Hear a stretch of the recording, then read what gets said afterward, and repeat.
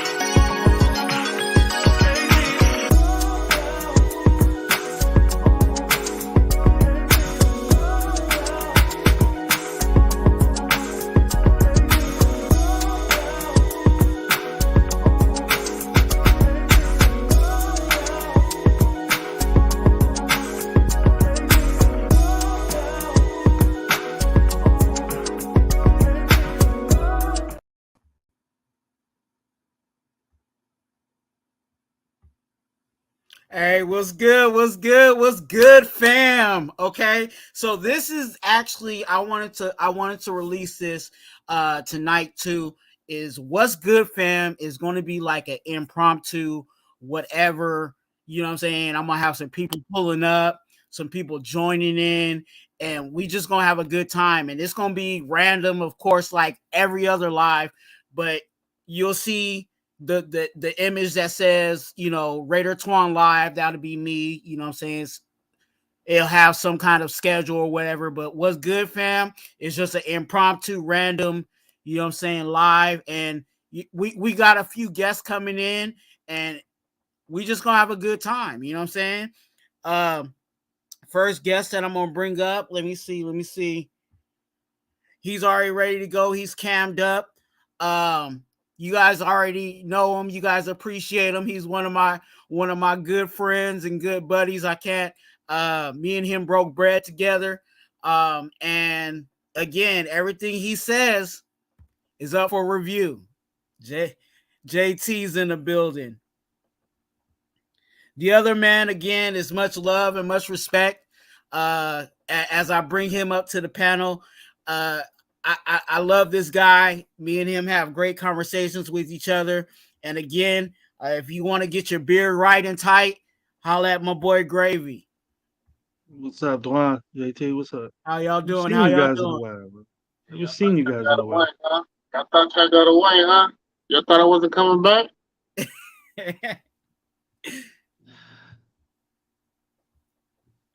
We didn't finish something. We didn't finish something. We did. We didn't finish what we started over there at the other one. We continue it. To sit here and tell me that a Super Bowl caliber safety signs the first day when he has all that value as a starter? Ain't no way, dog. Ain't no way. You can tell me he has more candidates out there looking for him to just sign first day and then not give a discount. If he really wanted to sign with us, why not give a hometown discount? I know you from the A area, from the Bay Area. Niners are from the Bay. He wanted to be a Raider, bro. That was it.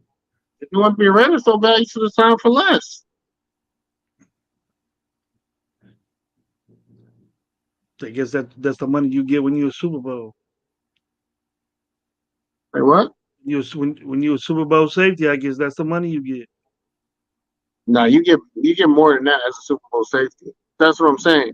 You go what other safety's making as little as that as a Super Bowl caliber safety that started in the Super Bowl?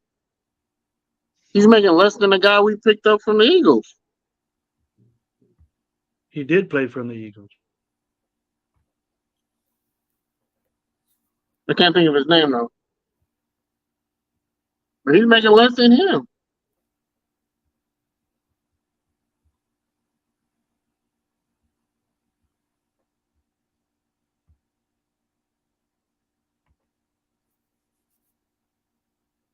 My bad, Twua. No, you good.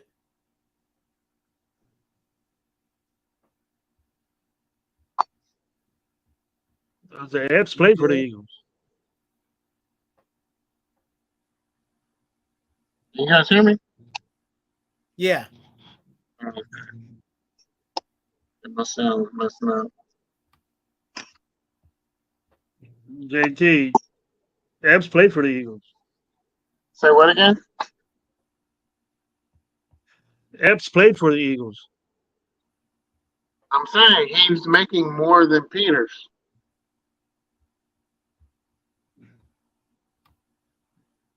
And for two guys Yeah. who play in the Super Bowls, why is one making more than the other? Is he younger? Could he get more out of him? Yeah, but who's better? We'll find out. Now I don't know the full story behind Epps, but I think Epps actually was from the LA area. So I think he also had a connection to, you know what I'm saying, the Raiders in some sense. But again, that could be a part of the reason why he wanted to come and, you know, play for the Raiders or whatever, or again, it could be for the money situation. Yeah, but Peters is from the Antioch area, isn't he? He's from up there too.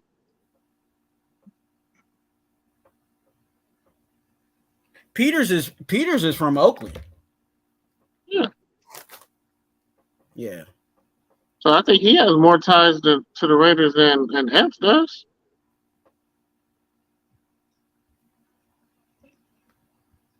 I don't care. You could be from Mars. If you're a good safety, then you can play for us.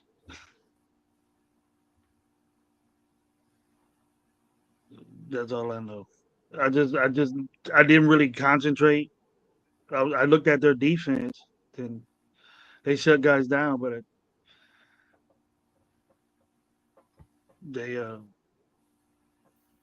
did good against the NFC Championship game, but they didn't do very good against Mahomes.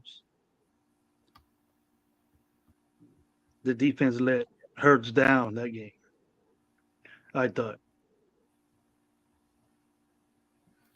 I think Hurts is actually a really good quarterback. I really like his play.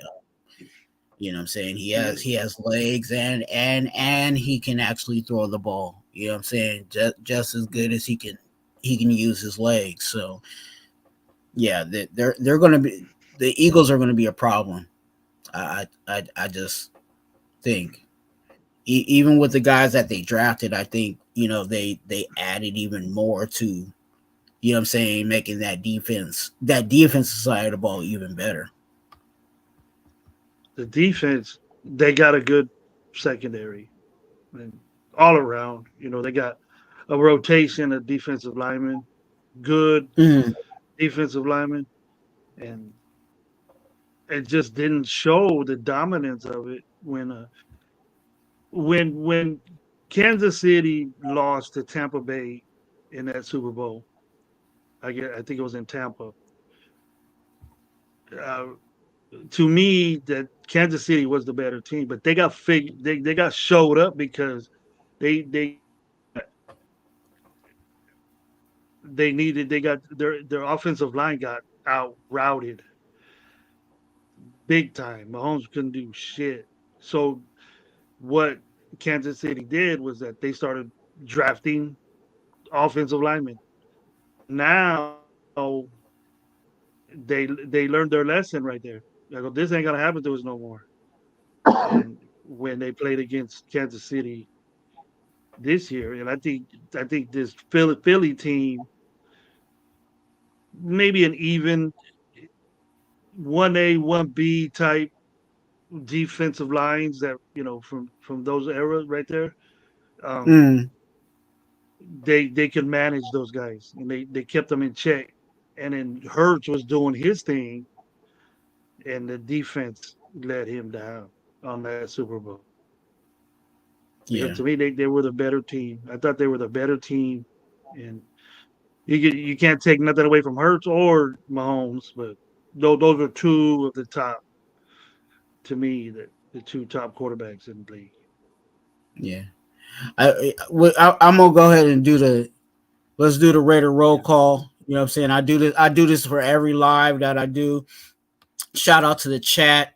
You know what I'm saying? Recognize the chat. If you are listening and you haven't even put your comment in, you know what I'm saying? Go ahead and put your comment in so you can be a part of the roll call. You know what I'm saying? Shout out to Rob Pena, blessings to you, man. D Menace, my mod, blessings to you. Anna Estrada, my guy. Good to see you, man. Let's see who else is in here. Gord, good to see you, man. Blessings to you. Good morning or whatever time it is for you, man. Um, of course, Nightbot is in here doing what she does. All eyes on G, my mod. Blessings to you, man. Good to see you. Good to have you here. My Fresno And boy. yeah. And I think, yeah, yes, sir. See, he got in. He got in on time.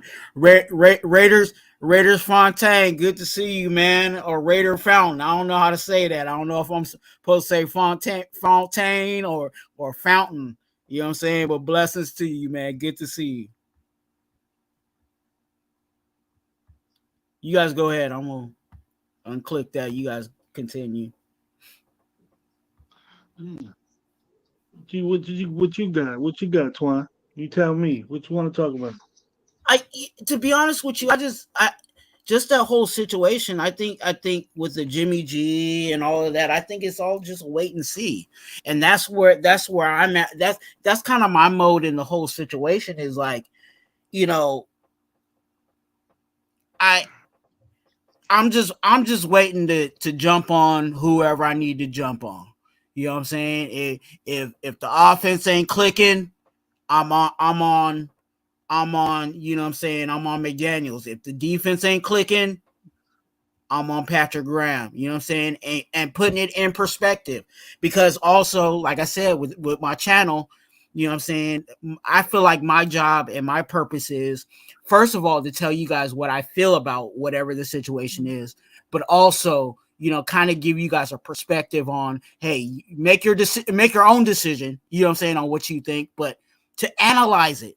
You know what I'm saying? Because again, we can be all fans and yeah, go Raiders, go Raiders. We're going to the Super Bowl. We're going to the Super Bowl. But like, can we really look at it in depth and realize, okay, our defense is this and our offense is this and our special teams is this. You know what I'm saying? So that's what I'm trying to bring, you know what I'm saying, to YouTube, just on my perspective. Shout out to Alfredo, the boss with the sauce. Good to see you, man. Realistically, where What's do up, you see Raider? the defense at right now? Well, on paper, just on paper, where do you see the defense? Oh, to be honest with you, I just feel like the defense is young. You know what I'm saying? So I don't see them taking. I mean, would I love for them to take a big jump? Yes, but do are they going to be a little better than what they were last year? Yes, for sure. I believe that, but are they going to take a huge jump? It possibly can, but I wouldn't hang my hat on it. You know what I'm saying? So in perspective, if we were ranked 28th, right? And I don't know, I right now on the top of my head, I don't know like the for sure ranks. But if we were ranked 28th, then I would say maybe we would go up to 22, maybe 21 ish. So that jump is a whole lot better than what we were last year, but we're also young. So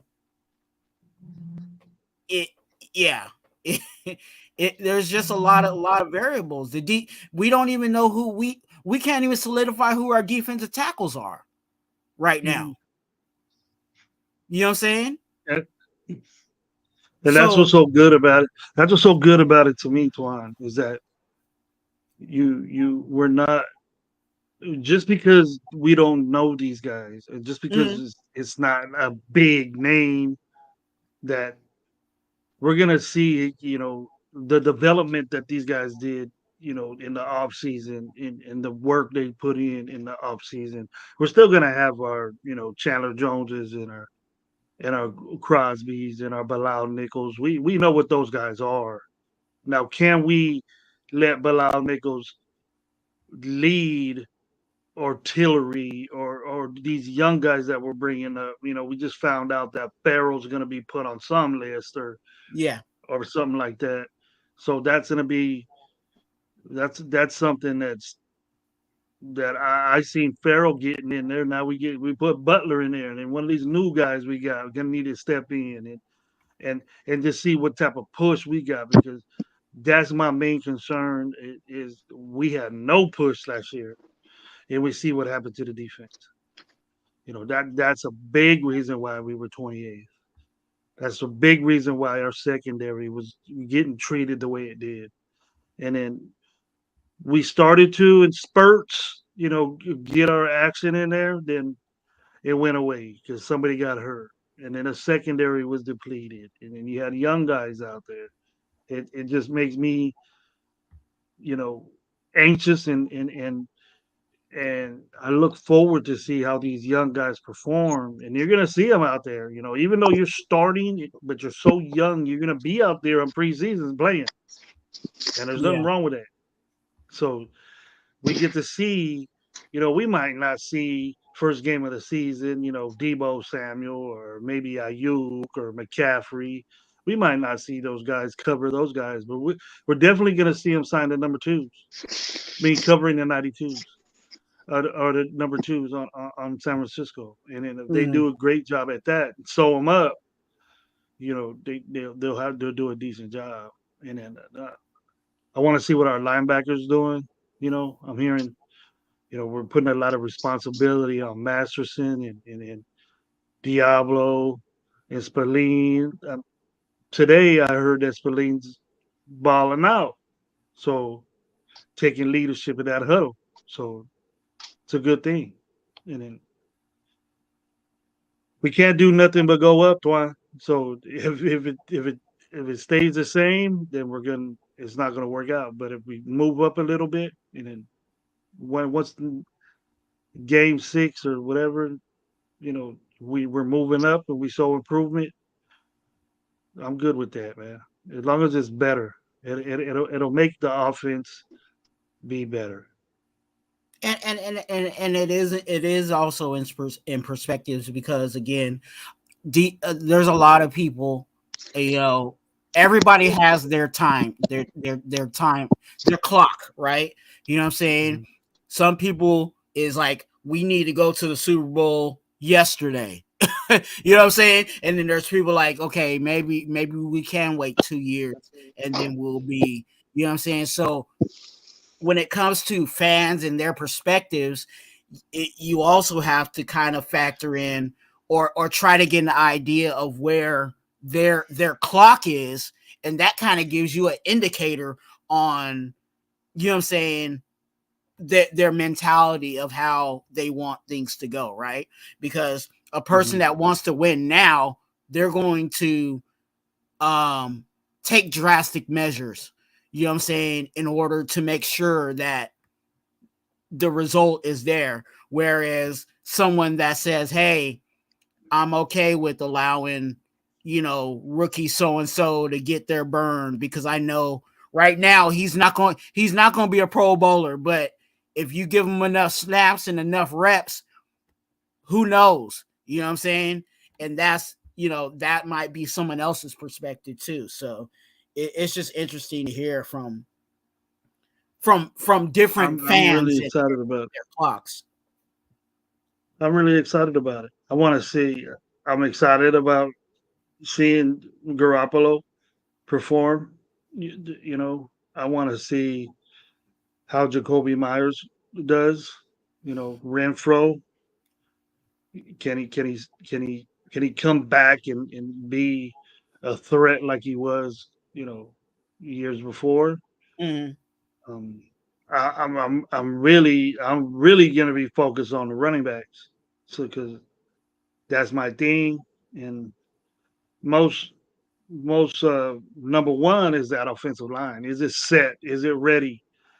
And are we going to be game one with just backups, a small rotation when dudes get nicked up, but it's set. We're not moving guys around. Game 6, game 7, got 60 different guys in there, and by game 5, you know what I mean. We shouldn't be doing that. Lined up, set, ready to go. Game 1, you got to figure that out. And besides Illuminor making his mistakes, I haven't really heard anything bad about the offensive line, to tell you the truth. And I think that's the hope too, is like, I would hope that since they pretty much tested the offensive line all last year, you know what I'm saying? Like we should be ready to go week 1. Yeah. There shouldn't be no musical chairs, you know what I'm saying, in that aspect. You know what I'm saying? Shout out to a few people in here. Let me highlight them. Shout out to Raider Gabe in the building. Good to see you. Check your IG, man. Milka Beezy, good to see you, man. Salute. If you guys have not, please subscribe. You know what I'm saying? I'm trying to get it popping over here. You know what I'm saying? So please do me a favor and subscribe to the channel. Again, I got all the night bots and everything going, so feel free to dive in on those links. Also, Nightbot, if you want to be a donor, you can click exclamation point DON, and it'll give you a link that you can click on to being a donor. And then also for Yes Sir Outdoors, I believe, well, I need to check that one, but definitely the donor. And then if you need prayer, my IG will pop up. So put exclamation point pray, and it should pop up for you. And anybody could do that in the chat. Sorry about that. It's all right. Let me see if it works. If we sign Rex Burkhead, I'm gonna need a prayer, Twuan. What was that? If we sign Burkhead, I'm gonna need a prayer. Hey, you prayer for just because? Just because it prevent me from going to jail. Tell me why you don't want Burkhead. It just verifies to me that he's just trying to get all the guys who did him a solid with New England. He's just trying to get them paid. Got it. Because everybody over there was underpaid. Your mic's bugging, JT. To me, hearing you. Yeah, your mic is bugging. My mic?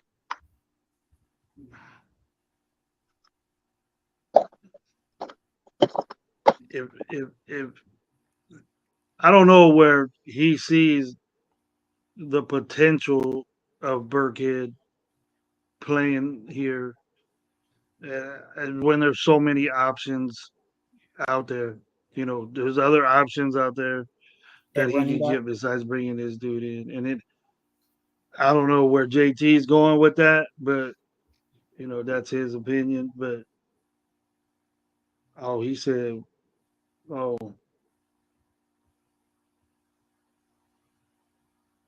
we didn't. I don't think we signed. I haven't seen no news of us signing Burkhead, but Nah. That's not a.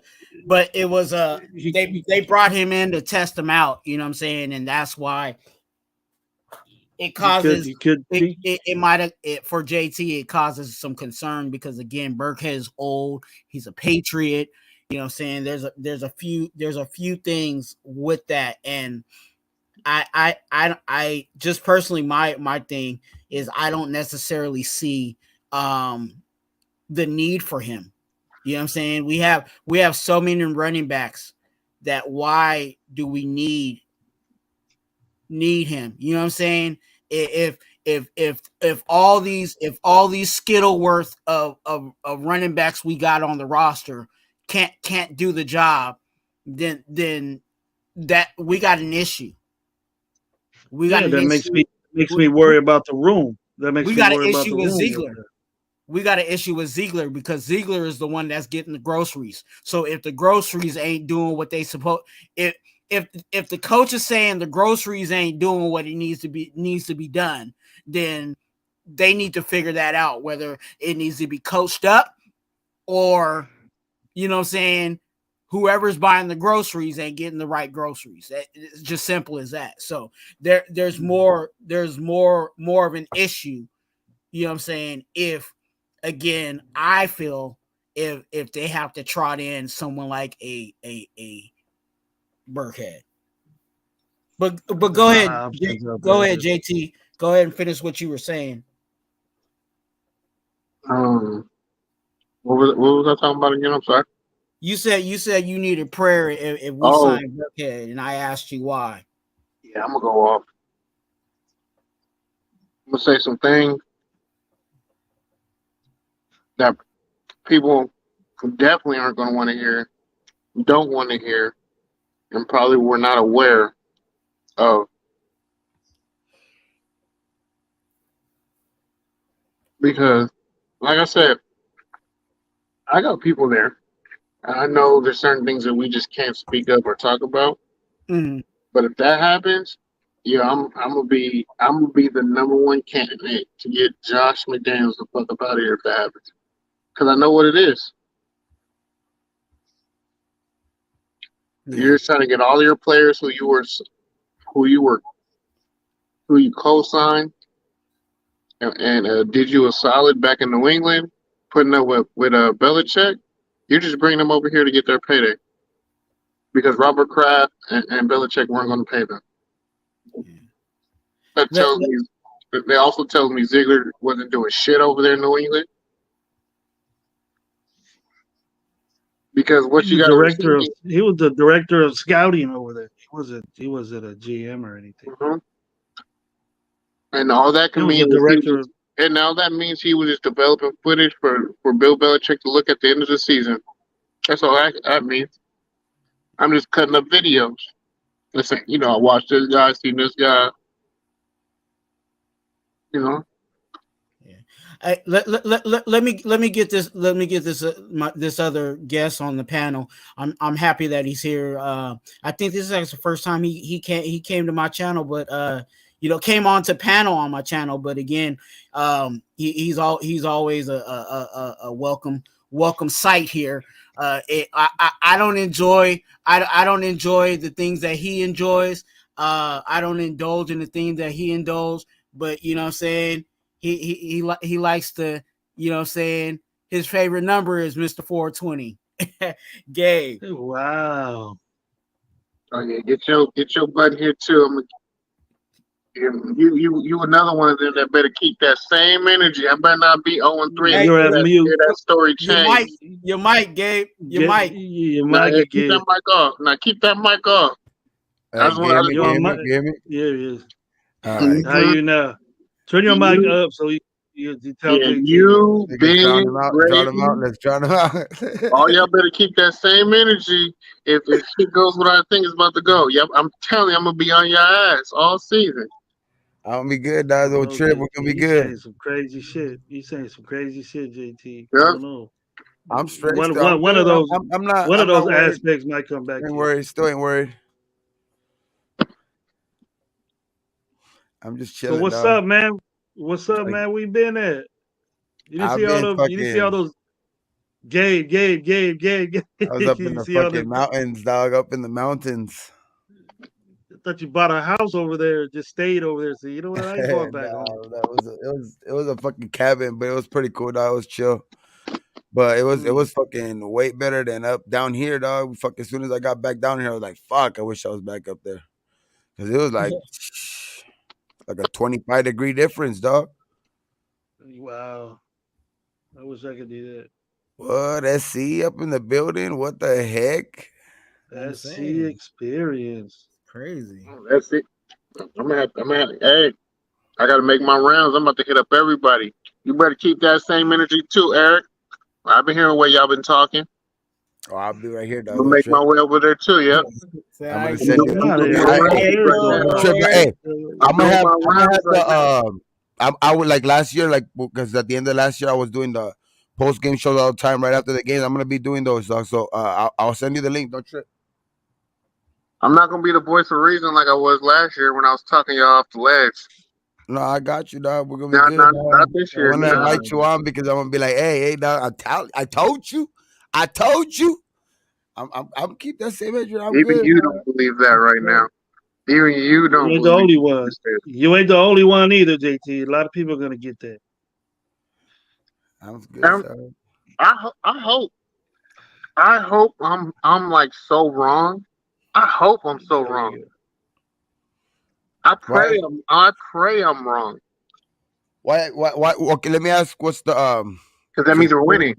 no since trading cap has started? Like, what has made you think that it's like gotten worse? It's gotten worse. Yeah, because like I It's kind of like heard a little it's like bit like deja vu all over again. what happened? Less time is being spent with the quarterback and wide receivers. Okay, There's a quarterback carousel right now because one guy really can't throw, but they're just showing him out there to throw to keep the fan base cool. He's on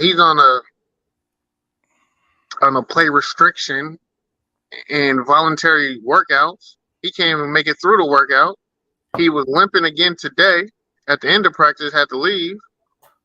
I mean, this was all expected. I knew he couldn't throw, and yesterday, right? everything Because he's I don't think they throwing. practiced today. I don't think they practiced today. It was like walkthroughs today. I think tomorrow they practice though. Say what? I don't think they practiced today, They did didn't they? practice today. They I practiced mean, last I practice mean, It was was the, yesterday. Wednesday. the last time I said, so last time he was on the field, he left limping Yeah, and couldn't finish. he left the field. I don't. Did he leave the limping? I don't. I He left wasn't. practice. I never heard. I've never I didn't heard hear him the He limping. limping. left I heard. I know practice. Never He he heard didn't limped about finish last him week. limping. practice. Hoyer had to finish the I practice said with it. the starters. He went to the weight room for a situational package that they have just in case Jimmy G is not there. It's Hey, you guys continue. I'm about to go. I gotta take some it's meds real it's quick. a For sure. situational thing where they had a break in training camp. Jimmy Understand. G went into the weight room and didn't come out and went to film. And then when the team came back out, they said Jimmy's not here. Whoever the backup quarterback is now, or all three of them came out, and they said, "Let's go." So that just, which I think is a wise thing to do because that'll let your number two get into action and work with the number ones. Like game time decision stuff. Any quarterback can go down at any time. Now they have that number two ready. That's important. So that's what that. It was part of the period that they were in training camp. I think I didn't hear about no. since Jimmy It's a G's situation that happened. Jimmy G's injury thing, is since his injury basically his injury history is like a big part of him basically like that's gonna be a big part. You know how that second guy develops this year. Who's gonna be the backup, man? Mhm. Who's gonna be the fucking backup? Who's gonna emerge That's a smart out of thing to do. out of That's a training smart camp? thing to do. You say, where's It's, Jimmy at? Oh, you're I next in line. hear it. Let's go. It's nice to have, but when your starting quarterback has no continuity with the starting wide receivers, it's not the thing to do. No, you need as You many gotta work. reps. You gotta work on that down though. You have to work on that down though. It's a situational thing, JT. I'm saying, but how There, much there, time? there, So you are know, you saying what? So they just get a free pass this year, and he gets a whole nother year next year? That's No, what. That's I how don't you think tend to so. no, talk. no, no, I think no. it's I'm still not gonna saying come. I that. think that it's still early in camp, but I He's think gonna be once there these tomorrow. He's gonna be there fucking tomorrow. preseason games start, they're gonna start ramping up his basically his participation in practice. I think. Dude, we saw how slow and long it took for the team to grasp his offense. It's going to take them just as long to grasp the offense with another play caller. Yeah, but because of what I think because of his injury though, they have to bring him along slow like this. That's why they Yeah, have to be pulling him off the field. You know what I mean? but Early, then trying to that work on means shit. your wide receivers are going to be more comfortable with the backups than they are with the guy starting. I feel you, So but that's so I that's feel like you. that's like counterproductive. The offense might struggle, I think, a little bit early, but you know what I mean. It's like So that we means we're gotta find a way banking to on our win those games. defense. We still gotta Are find a way you to That's win why those we banking games. on the have these 28th preseason best games. That's why defense? we have these We're the practices. 28th best defense. You're banking on that? No, I'm not. I'm not because that's a tall task. But what I'm saying is that like I think they might struggle at the beginning, but I also think he does have the advantage of also, you know, I know maybe he's kind of a little bit removing from that actual offense, but I think if anybody's gonna get it, and if you're gonna get it again, it's when you're learning it for the second time. You know what I mean? It's gonna be a lot easier to learn the second time than it was the first time that you were attempting to learn it basically. And I just we don't know JT. If we don't know JT, if he okay, there's only two options: either he's hurt still, or he just got to. And then we don't know that he's going to camp early or staying late or in a film room or in something with the wide receivers or doing Um, anything else extra after that. No one knows that, No, so we no do one can know they have. say. There's writers, there's beat writers, there's press writers, there's national writers. I mean, Yeah, but everyone has eyes on everybody. at a certain time, then what beat writers are saying that he doesn't have any report with the wide receivers yet.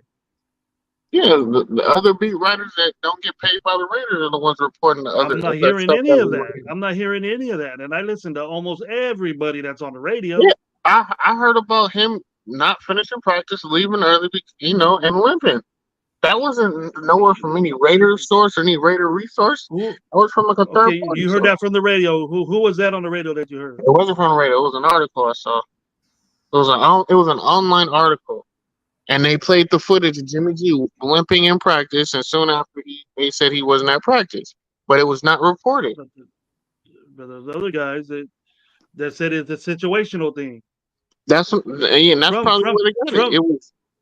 from Bonsignor, from these guys that are tied into the Raiders that get paid by the Raiders, saying, well, they might be told don't say that, but they said it's a situational thing, but never heard nothing about him Yeah, limping. and those are the guys that I don't trust because they're just taking money to say what the team wants them to say. Well, so are the guys that are saying that he was limping. They sold it. They're going to sell that. They're going to write that article for somebody. They're going to get paid for it in one way or another. yeah. You Yeah, see, it's one of JT, those. you're looking at everything negative and bringing it out to light.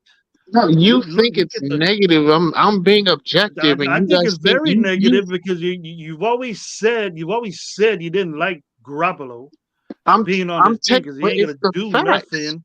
You can't be saying I'm negative He's never when I'm done nothing, stating and now you bring up facts. every injury he has, every bad thing he has. He left camp, so So that's he's being not negative into by it, telling and you the he's truth of what limping. somebody's doing. He's doing it. Well, there's How is that nothing being that he's been negative? throwing dimes to DA. Nothing that he's been throwing badass quick outs, which is a dependable route in the NFL that could score you touchdowns. No out and ups to DA. It Nothing doesn't that win games though. Jacoby Myers been hitting almost every slant in there, and then Renfro has good rapport with Garoppolo already, and also the tight ends love the way he's throwing the ball to them, nice and high, and then where they get the 50-50 balls, and most of them get them. Have you But you seen don't the mention footage, none or of that. are you just You hearing just what someone's mentioned that. telling you? Do you actually see the footage of this, or you just hearing what someone's telling you? Do you see the proof that he was limping out the locker room? You just Yes, read there's an article. footage. Yes, there's actually footage. That's what I'm saying. I'm looking at footage. Like these little 5 route routes. That's he could do that sitting down. That's not testing his leg. That's not testing his ankle. No, you were saying that he has no rapport with wide receivers. Look, why is it that you can You're look not at listening. You're not listening to what I'm saying. I'm what are you telling you, saying? people are saying that he has a good rapport with the receivers. They look all right. They look good right And now. those same people Like said they the have same something shit going. last year with Derek Carr and Josh McDaniel. They said the I same just shit. think everything's gonna be over kind of heightened though with Jimmy G if he leaves practice early and everything like that, though, because Yeah. even reports last week were like that, like oh damn, he barely passed physical. Is he even gonna be ready for the first day of training camp? Then he was out there, throwing the ball, and then he left practice early, and then there was still something to talk about. You know what I mean? So it's like either way, no matter what, I just think like it's like I think they're bringing him along slow, so everything is gonna be heightened with him right now. Like any little thing is gonna be heightened with him. Like if he's There, not there, if he's I'm not gonna out be there honest. enough, There's if he's no not, significant passes that I see from him from what's been shown that are significant that shows them testing himself. I just think that it's still I early. don't know. It's still early in I OTAs. don't know this team is. They're trying to like see his arm strength first, and then you know what I mean. Bring him along I know. I slowly with want to the see what speed. his legs look like Yeah, pushing the ball downfield. That's what but I you'll, want to you'll see. see it. You'll see it. There's still 5 weeks, 5.5 weeks. You'll see If it. You'll still if see he's it. just now starting to do that 5.5 weeks down the road, that's too late. He's not going to be Nah, ready you're good, brother. for He's the season good. to start. Where No, I don't know that where means this he's everybody still I not don't going know to where be able to. everybody gets this notion. I don't know where everybody gets this notion that offense they throw bombs everywhere. I don't get it. He's already been in I the don't get locker it. room for the last week and a half, with a week, like a week. You're So it's like assuming he still remembers plays from 7 years ago. six You're weeks to assuming that get the playbook ready. is still That's still the plenty of same from time. 7 years ago. That's what you're Six, assuming. Everyone's like, "Oh, he knows the playbook." No, he he'll be fucking ready. doesn't. He'll be ready, dog. He ain't ran Don't plays with worry. this guy in 7 years. JT, don't worry. He's be ready, dog. Don't worry. Just to sit here and come out and Yeah. say, "Oh, this guy knows it." No, he doesn't. Woo-sa. How do you know? How do you know that, JT? Because he He's a played for smart other dude. teams and had different playbooks. He, You don't just sit there and remember yes, they something. are. Yes, they are. Do Yes, you? they are. Okay, what were you doing 7 years But ago? they got it's the same formations, basically the same plays that everybody else does. They're just called something different. The only thing is that the patterns are concept patterns. They're not do what you want patterns, or we got this coverage, we got that coverage. There's That's blitz that's pickups. what's different about it. Yeah, and no, I'm sorry. There's blitz pickups. There's packages. He has to know the alignment. He has to know the offsets. He has to know. He does not remember this playbook as people are assuming and presuming he does. He does not. He had. There's. That Everyone you're knows saying he's that. not, but he's in a field. He's got to be in. What do you think? He leaves practice and goes fuck around. Okay, there's Because one thing to know the because the playbook and then Digesting it. actually He work has the a playbook. playbook. He has a because the playbook. He has a playbook playbook he's at had it home. since he basically July, like the beginning of June or end of June when he Yeah. Okay, you could he's have had the that, playbook. It don't and mean then that you know. he's even been in the I remember him even during OTAs, during like the voluntary OTAs, he was in the building. He just wasn't, he wasn't doing anything on his foot, but he was in like the playbook room. He was in the meetings and stuff like that. So it's not like if he's not been learning it. And it's not But like he is learning it or picking up on it. Nobody knows that either. Nobody's talking about how well. I mean, I hear the standard generic, PR talk. I also think though it's gonna be easier for him to learn it this time than the first time too, because he already knows some of it. So it's like Yeah, it should be easy for him to pick up. Yeah, I get that. Doesn't mean that you're going to know the positions of everyone, and let alone you're going to know how Devontae wants this ball, or how Renfro's going to want this ball, or how that's Myers what I or think any the other next. receiver who's going to fill in is going to be there. He's not going But to have those reps. I think that's where the next 5 weeks will help, dog. Because I That's think not he enough knows the time. playbook. I think So he you're knows the telling me he's going playbook. to have 5 weeks to get the reps in with everybody? I think now he knows the playbook. Now it's just really getting comfortable. I think with the DA. I think the other two, they get themselves open. I think he'll be able to find them. I think the Michael Meyer, like the Austin Hooper, those guys will be his safety valves. But I think as long as he gets a chemistry with DA, which I think in the next 5 weeks, if he could do that in camp, I think that's all you really need. Man, this shit sounds eerily similar to Derek Carr and Devontae. We're saying the same shit about them. You know what? Yeah, Derek but I Carr used think to we play got with better him. compliment players now. I think we got better compliment this time because I mean, we would have had better compliment last year, but just Darren Waller couldn't get on the field. You know what I mean? That would have been awesome if he could have just been on the field and been that same Darren Waller. I think we wouldn't have been even having this conversation. I think fucking we probably would have still had Derek Carr if Darren Waller would have still been that same Darren Waller. But the thing is that all of that shit. I think it's just. I think this group of players. I think it's just gonna be more. I don't know, bro. I think it's gonna be a better offense overall. It's not. It's gonna put less pressure on Da. We have a special guest. I'm gonna bring him in. You guys can continue the conversation. Again, this guy is a guy that I actually look up to. I love his content and can't wait until he gets back fully on the scene. But I'm glad that he's able to pull up with us tonight. SC Experience. What the There. heck, Yo, Yo, Hollywood? yo. what you doing What's up up? so late there, boy? I'm always up late, man. There I'm you go. always up late, man. What's up, man? How's everybody doing? I'm What's chilling, up, dog. man? You You tell me sound what like you Pittsburgh. what you been hearing. What you been hearing? Yeah, see what you think about this shit. I don't know. I just got. Hey, I'll lie. Shut up. Anyways, I just got in here and I don't know, bro. I got called out. I don't know what's going on, but what I'm hearing is a lot of speculation on both sides, man. I think at the end of the day, we don't know what's gonna truly happen until the snap of the ball.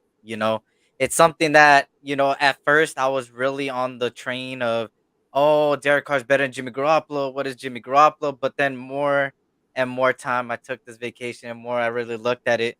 It comes down to how truly rusty is Jimmy Garoppolo, and that question is still to be answered. We can only see the little clips the Raiders do, the little mic ups, the little Twitter, things, but we truly don't know until you go 11 on 11 against the opposite team. You don't know what's going on the field at all. So I'm just waiting on preseason. I'm waiting on the first snap of the ball with Jimmy under helm and to see what they truly got. Like I said, I don't got expectations at all, but I do have um, I know there's a lot of potential with this team, and potential doesn't always get reached, and sometimes it does get reached. So it's always a question up in the air for me. I'm just, I'm positive because it's Raiders football at the end of the day, man. I'm gonna support the team no matter what, and just the Mhm. way I gave Stidham a chance and Mariota and all these guys a chance, I'm giving Jimmy Garoppolo the same chance. He's in the silver and black. Give me time. Exactly like that. Give it time. Yeah, that's time, man. So for me, it's like I said, I have no expectations, but I'm hoping for the best. But if they don't do the best, then I'm not gonna be disappointed either, because like I said, I don't got expectations. I like it. So no expectations. I'm not gonna say playoffs and 12 wins and 10 wins Yeah. and 8 wins and 7 wins, but am gonna say that this team has the potential to get there. And will they get there? It all lies on how much they learn together, truly learn together, and match together. And we got a lot of talent across the field, so I don't think there's an excuse this year, in my opinion. But I do know that I gotta trust the process at the end of the day. It's not gonna change, and this is what we got right now, and we gotta trust the process. And hope for Yeah. the best. And if they end up not succeeding, then from there we could talk on that standpoint when it comes to the time. But as of right now, they haven't lost a game, so Yeah. I'm not, I'm not mad. For real. But that, Can't beat that, but with man. that standpoint, we haven't won a game either. Hey, facts, Yeah, facts. we're We undefeated. haven't won either, so we don't know if That's the the half best is thing you washing. said. The best thing you said all night, JT, right there. That's just what you want to hear. I'm sorry. I don't cater to what people want to hear. I tell them what the actual truth is. And the truth is, this shit sounded very eerily similar to what we had last year, where the shit looked great on paper, should look great to everybody, with the continuity and former relationships and all that. Sounds eerily similar to what the same shit they were saying last year. And they're saying the same shit to the same people, the same staff, the same beat writers are all saying the same shit. I'm sorry, you know what I'm saying? Like, you can get me one time with that bullshit, but now you're gonna have to you gotta prove it. Hmm. You know what I'm saying? If I see the same crap happening, nah, I don't believe it, bro. I've seen it. I've seen this. You know what I'm saying? I've read this book before. I don't need to see it again. I don't want to see it again. I'm straight. Y'all could fall. Y'all could fall for that. You know what I'm saying? Twine, I know you got a clip. You know the fool sometimes. I know you got that clip up in there. Y'all can The play okey that. doke. The okey doke. I'll be damned if I'm gonna sit here and play this shit again. Nah, man, I've heard this before. We're gonna be good. You smoke crack, don't you?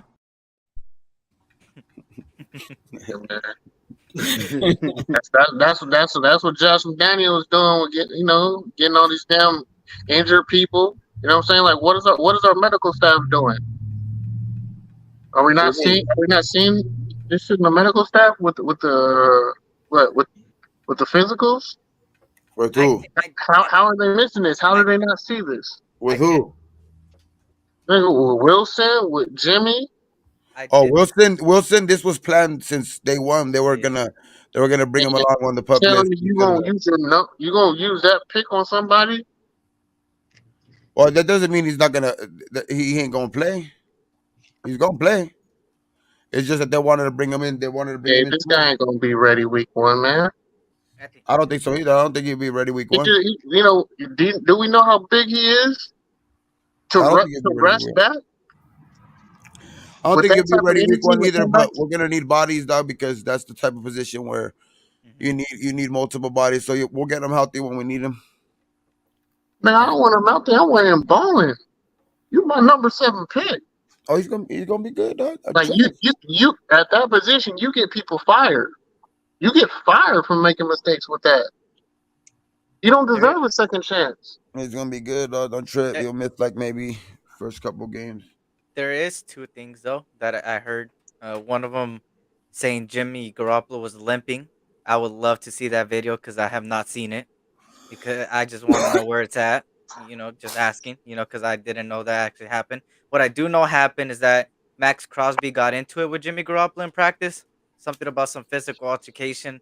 Max Crosby was out there kind of being a lot physical. We heard that him and Michael Mayer, he threw down Michael Mayer, gave him a welcome to the NFL. But I didn't see too much from it. That's the only thing I've seen from training camp that revolved around Jimmy Garoppolo. And what I do like is that Jimmy G be talking shit. I heard that. Yeah. That came out of Max's mouth too. He's like, shit. He as soon as he comes out there, you know what I mean. The first day he came out there, he was talking shit. It's his fucking shit jump. You know what I mean. He was talking shit to the defense already, like to Max. So. And that's what Marcus Peters is too, man. Speaking of the defense, that's how Marcus Peters is too, man. That's why I like that signing. But he is a little bit on the older side, so I get some people's opinion. But I don't know. Like I said, there's a lot of negatives and positives with this team, right? The negatives, of course, the injuries, right, across the field, and then the positives is like people like bright spots like Mayer. Oh, the bright spot too. I heard Brandon Faison injury that carted off the field should be something minor. Shouldn't be anything big. It was I guess it was something just precautionary too. They just because it's so early in practice. I mean, so early in camp. So like any little thing like that, they're gonna try to be precautionary and take them off on the fucking cart, just because you know what I mean. They don't want to risk fucking jogging off the field or something like that, and then causing something else. So they fucking that's why they took him off the field. But he should be good. They said.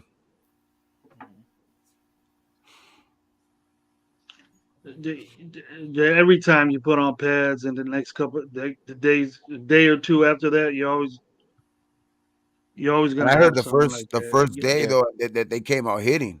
Since the first day with pads, the Raiders were coming out hitting. So it's like, yeah, I'm surprised not more little nicks and bruises you heard out of camp. Facts.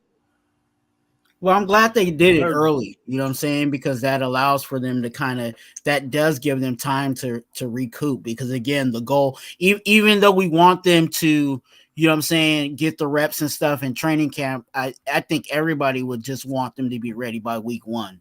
You know what I'm saying? I think a lot of injuries happen like super early in camp because their bodies ain't accustomed to the hitting yet or anything like that. So that's why I was like, I mean, when we came out, that's cool. I mean, because a lot of like there's some guys who fucking are already done for the season and shit like that. You know what I mean? In other teams, you know what I mean? So it's like I'm glad we got out of like at least for the first couple of days, but there's still a good camp to left, still a good camp to go. So I'm not gonna wood. You know what I mean? So And we a lot of what I noticed, with the beat writers or what have you are doing is that they're talking about what they see in team, and then who was balling up. They should go to the group sessions or the group sessions that they're hitting there too.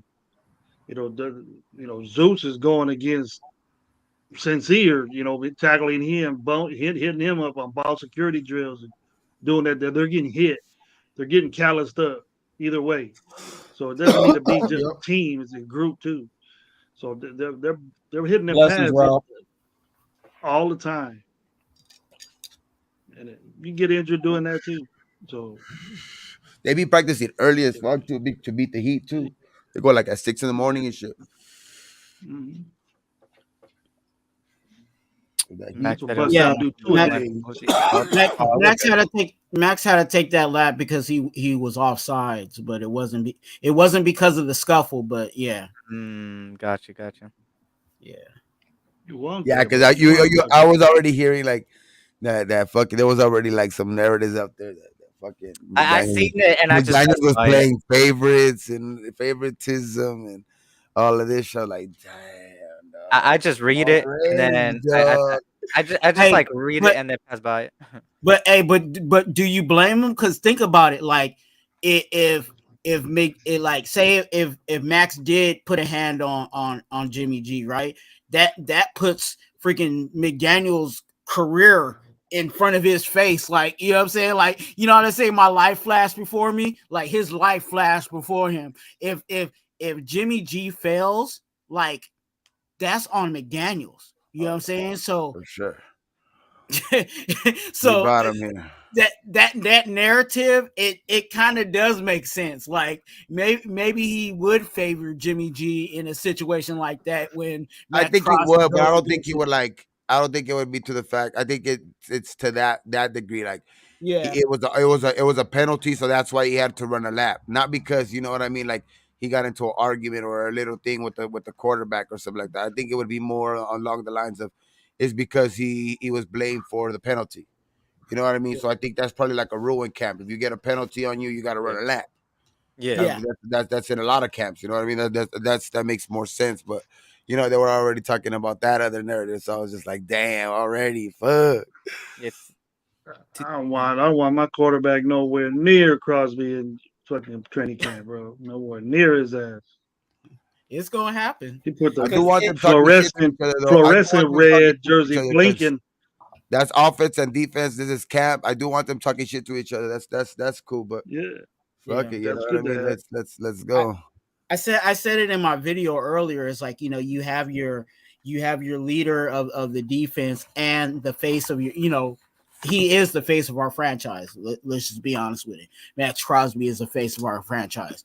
You know what I'm saying? Our defensive player and the leader of our franchise.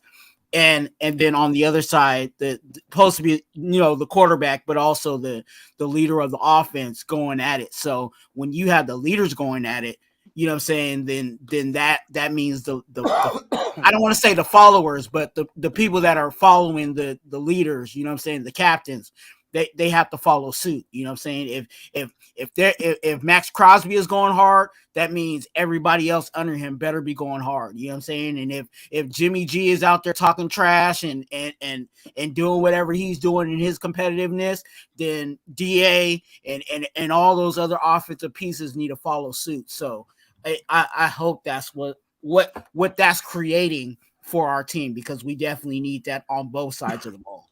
I'm hearing good shit about Peters too, man. Yeah, Gravy, I'm hearing some good stuff about Peters, man. Yeah. I just seen it. I You gonna just seen it. prove I me? just seen You it. seen there? I You gonna sent prove you me in there. wrong, I huh? seen it. I seen it. So you see him limping? Mm-hmm. Yeah. That's my concern. So even with them taking precautionary, he's not going to be ready to throw down the field, in my eyes. For what we're going to need him to do, personally, I don't think he's going to be ready.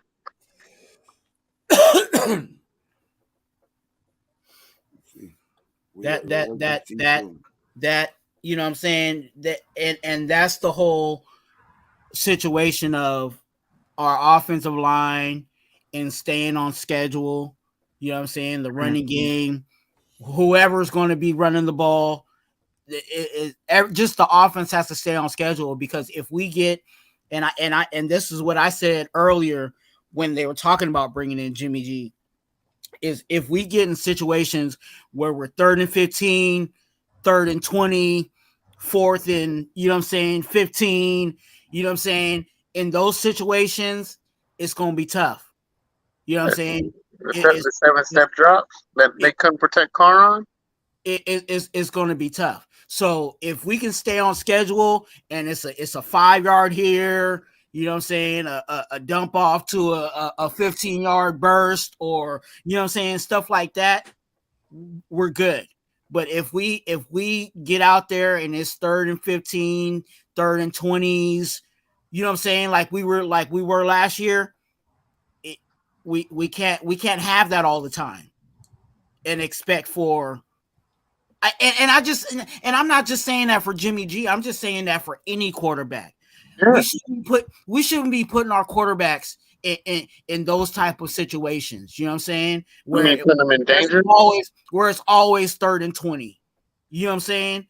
We shouldn't be doing that, and we need to, as a team, eliminate that. So it just has to be better. We need to eliminate being one-dimensional, because if that happens, that means they might start teeing off on our running backs. Because they're not. I don't know, man. Like the more and more I look at it, we're like 3 years, 4 years away, and I'll be damned if I'm willing to wait 4 or 3 years with this guy at the helm. If we had a different coach and coaching staff, I'd be more optimistic. But them as my coaching staff, because they're not doing it the right way.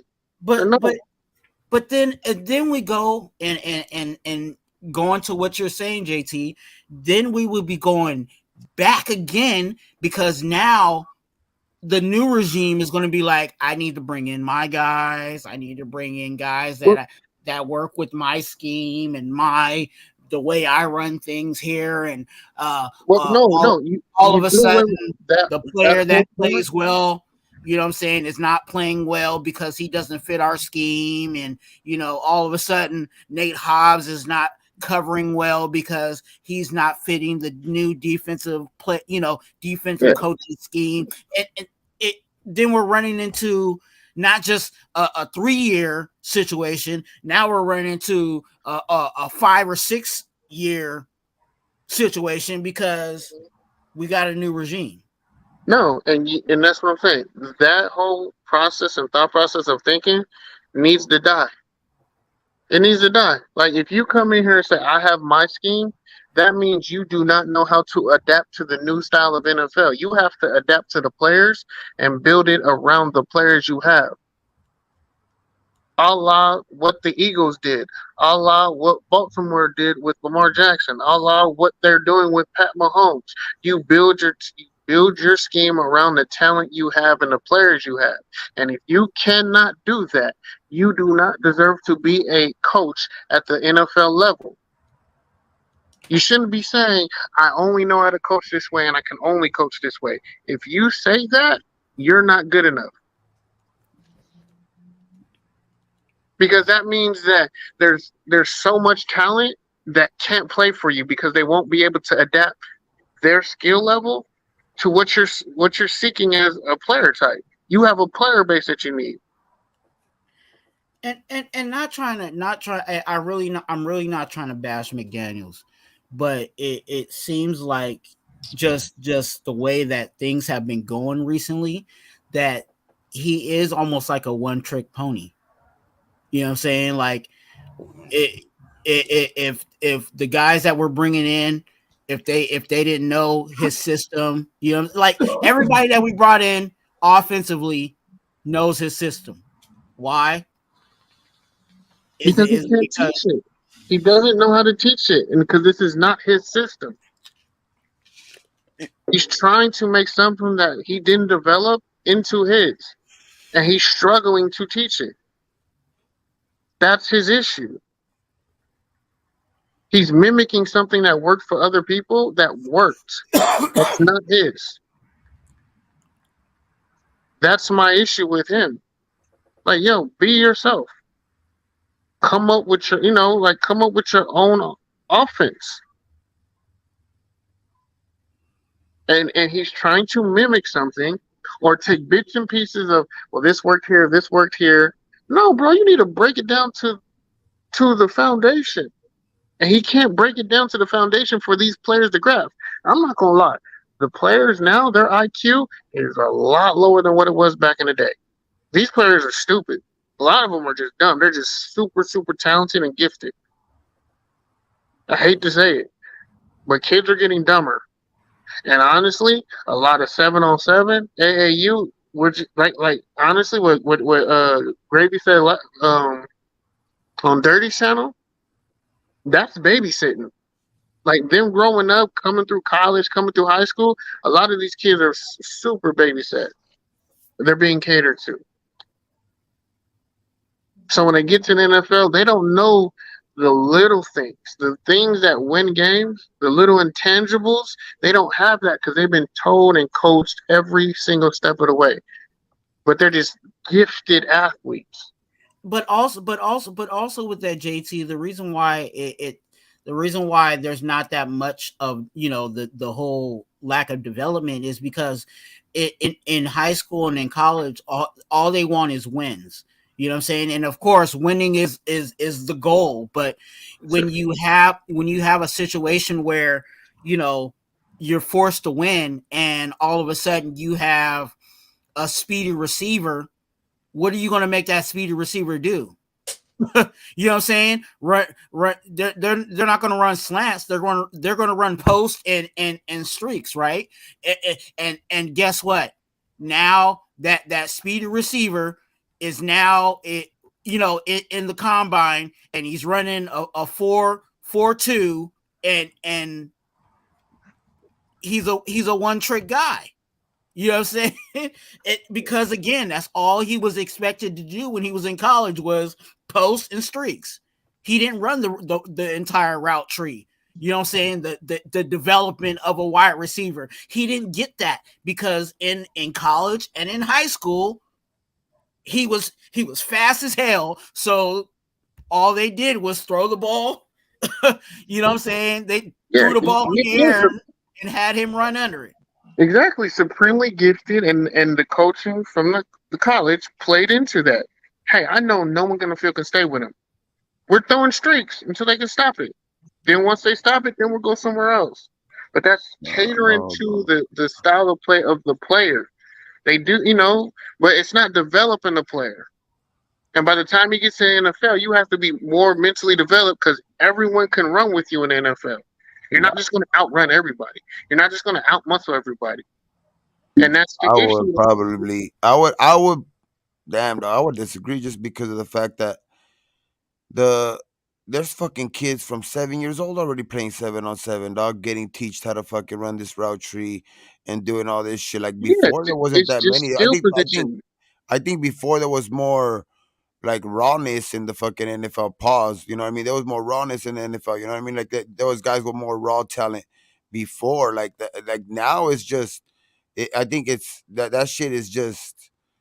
Cause there's so many camps, there's so many fucking shit, like to go to now. There's like the fucking kids are being in like these camps since like 6 years old. You know what I mean? Like I think opposite. Though. I think that these kids are coming in, but I think sometimes they think they're too smart for themselves. I think that they're uncoachable because they think that they know it all.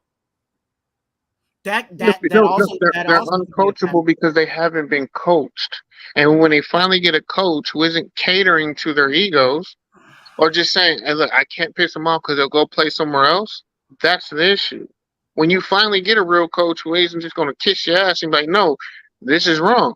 I understand you're just so supremely gifted. You could just outrun everybody. You're not going to outrun everybody here. You're not just going to be able to bulldoze and push the offensive lineman back. No, he's just as big, if not bigger or stronger than you. You're gonna need technique. A lot of guys have bad technique. A lot of guys have bad footwork. You shouldn't be having that. You shouldn't be having bad technique, bad footwork, bad hips if you're a fifth year or fifth year senior, or been at least been in college 6 years. That shouldn't be happening if you're a super senior. And I saw I'm again. This isn't the fault of Josh McDaniels that players are just dumber and they can't grasp his. I personally don't think it's like super rocket science what his offense is, but it is to someone who's never really had to study a playbook. You know what I'm saying? When you have a like Justin White, he's picking up fast, meaning it shows that he wasn't just a dumb player, but he only had 3 routes at Tennessee. He had 3 routes. So how well do you really know how deep is his bag of tricks? You know what I'm saying? Now you're seeing he's more capable of being like an all-around receiver, not just a deep threat. But everyone just called him a deep threat, where he was more than that. He didn't get to showcase what his talent was at Tennessee because he had world-class speed. So he just ran by everybody. So you don't know, you really truly don't know how good he could have been. And a lot of guys come into the league like that. I just did one thing because I excelled at doing that and no one could stop it. And if it works, why you going to, why am I going to stop something that works?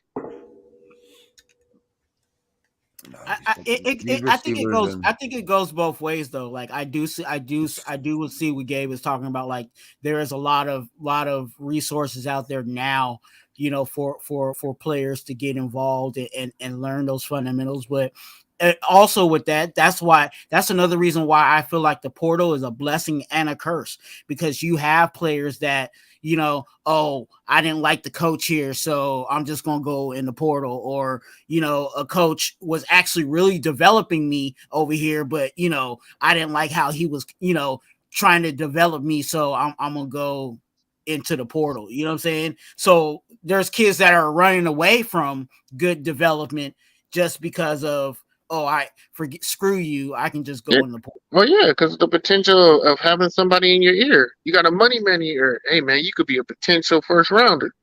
That's another thing. So I'm like, there's a lot of things that plays against actually IQ, and that's not just with football. It's with basketball. It's with a lot of other sports now. Like the kids excel at being like superstars. Everyone wants to be a superstar, so they're excelling at doing everything that makes you a superstar.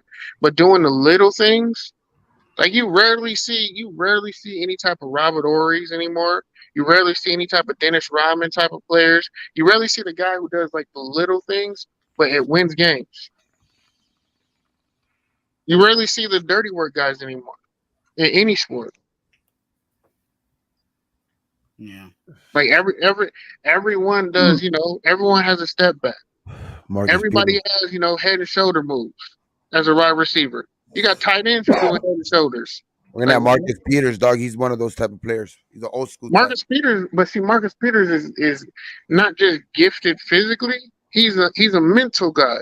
That's why I'm saying, dog. So he outsmarted a lot of guys. Like before when he had the athleticism to stay with people, yeah, he could stay with you athletically. But now he's looking better. I heard he's looking a lot better than fucking. Because last year he was coming off an injury, so he could be better this year. He's not that old. He's not that old though. He barely turned 30. We'll see.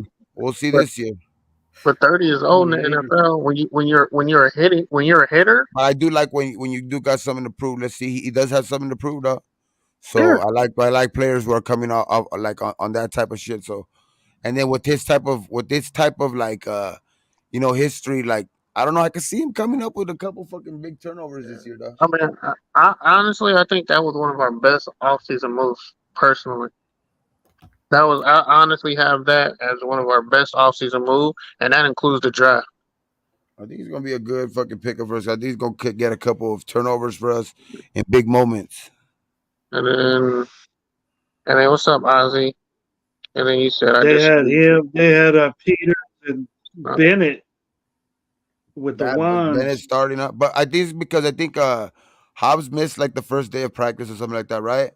And then like I Hobbs, think Hobbs, Hobbs was he's back. He's yeah, back. but he came He's back back, and I but heard he he was showed playing up slot. too. Already played good though Yeah, when he came back. He was playing I, slot.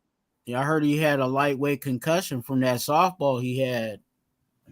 Got to the noggin. Yeah, but it already come back. He came back though, and he turned some heads though, like in practice, I guess. So that sounded good. So If him, he Hobbs, can't, I like the Ja'Cory Bennett dog that he's stepping up. I like that he's coming along quick, I don't get that. How do you not catch a softball? bro. Like don't they train with tennis? Bro. Don't they train with That's why don't he's a they train with DB. tennis balls? That's why he's a DB, not a But receiver. no, but don't they I like? guess. Ain't that a part of the training? Like, don't they train with Hey, tennis balls? when they used to Like throw football, when some they used guys to do, some work guys their do. hand-eye Yeah, coordination. it's hand-eye and things like that. Absolutely, yes. Some guys do, some guys don't. he's a DB. And if you're not working in the off season, you might miss. You get lazy. Honestly, that's him not having his foundation down. That's him not doing the little things right, and he missed and got smacked in the face, and that's what happens. I'm pretty sure he's not an average Nah, it's softball also player. sometimes when you're not used to that sport, dog, and it's that shit, Yeah. like, and it's coming quick at you, like that shit, and you don't know how to use a fucking baseball glove. Like, I bet you he's played football. He's never probably picked up a bat or a baseball ever, dog. I bet you he ain't gonna do it again either. The way he That's looks, just, dog, that shit's crazy, it's like I said, dog. it's fundamentals, man. And a lot of these kids don't play multiple sports anymore, so he just doesn't have the muscle memory or the fundamentals. Yeah. It's just it's like that too. Like when you see like even when you see some guys like try to translate from like say like boxing to or like from like wrestling or something like that to like basketball or something like that, they look awkward. You know what I mean? It's juggable. Yeah, it looks weird. Like But then you also got to remember, Twuan, like if it was a line drive, a lot of guys who never play, they always they just turn instead of putting the glove up, them fools will turn and try to like move out the way. Like, use your glove. fool, Put it's your hand just, up right there. You try to tackle I've seen that ball. happen to so many people, dog, who are athletic Pick as it. fuck too, dog, because they don't know how to play like baseball or something like that. And they fucking just misjudge that shit, dog, because the baseball's coming fast. Or softball, whatever's being hit, dog, it's coming fast. So you gotta know how to use that glove. Or it could be like the worst ones is the ground balls that bounce up because of a horrible field. I hated playing on bad fields for baseball. They bump up and knock your teeth out. Woo! Yeah, no, those are. I broke my nose. And then they would hit you or something like that, and like I seen they're yelling at you. Yeah. The coach is yelling at you, stay in front of the ball. Like, motherfucker, I did, motherfucker. He's like, right here in the face. get up! You see that shit? He just hit me in my chest, motherfucker. How the kid laid out on the side, get up! Have you ever? I remember I had like, hey, my brother-in-law was my nephew's coach, right? So it's his dad. So it was his coach. One time, the fucking the baseball kid, he was a pitcher, right? And the fucking batter came and he hit a comebacker and hit her right in the fucking nose, and it fucking broke his nose. And this my nephew was like fucking like what, like 8, 9 years old. My fucking brother was like, get up. Bleeding. Blood Fucking got black eyes and shit the next day and shit. That's the worst. My sister was fucking talking shit to that fool now. My sister was like, get him out of the fucking game. I gotta take him to the hospital, motherfucker. Like, she didn't give a fuck, dog. But that shit was crazy. My brother was like, get up. Keep pitching. Like, what the hell? They had a defensive coordinator. They had a defensive coordinator and a special teams coach calling their offensive. I was about to say the same thing. And also, Bill Belichick is a defensive mind, bro. The guy has never been on the. That guy's a defensive mind. Patricia was calling plays, and the other That was Their special crazy, teams dog. I coach. could That call was better plays Nobody than was crazy. thinking. Patricia, bro. So Eric, I'm gonna ask you this, Mhm. and I said this I'm on gonna Dirty's respond to you, live, Ozzy. I got but you. I'm gonna ask you this: Yeah. what was better on the Patriots, their offense or their defense? When specifically? Tom Brady era, Come on, with Randy Moss or no Randy Moss? no Randy Moss. I feel like Randy Moss is a cheat code. Yeah, but that offense was crazy that year, though. Yeah, it was crazy. That was too crazy. You know dog. what? When I really looked the other day, oh, when was it? It was like actually a month ago or something when I looked it up and seen the ranks and seen what they were capable of. The defense looked pretty damn well under just Brady's spotlight just shined over everything.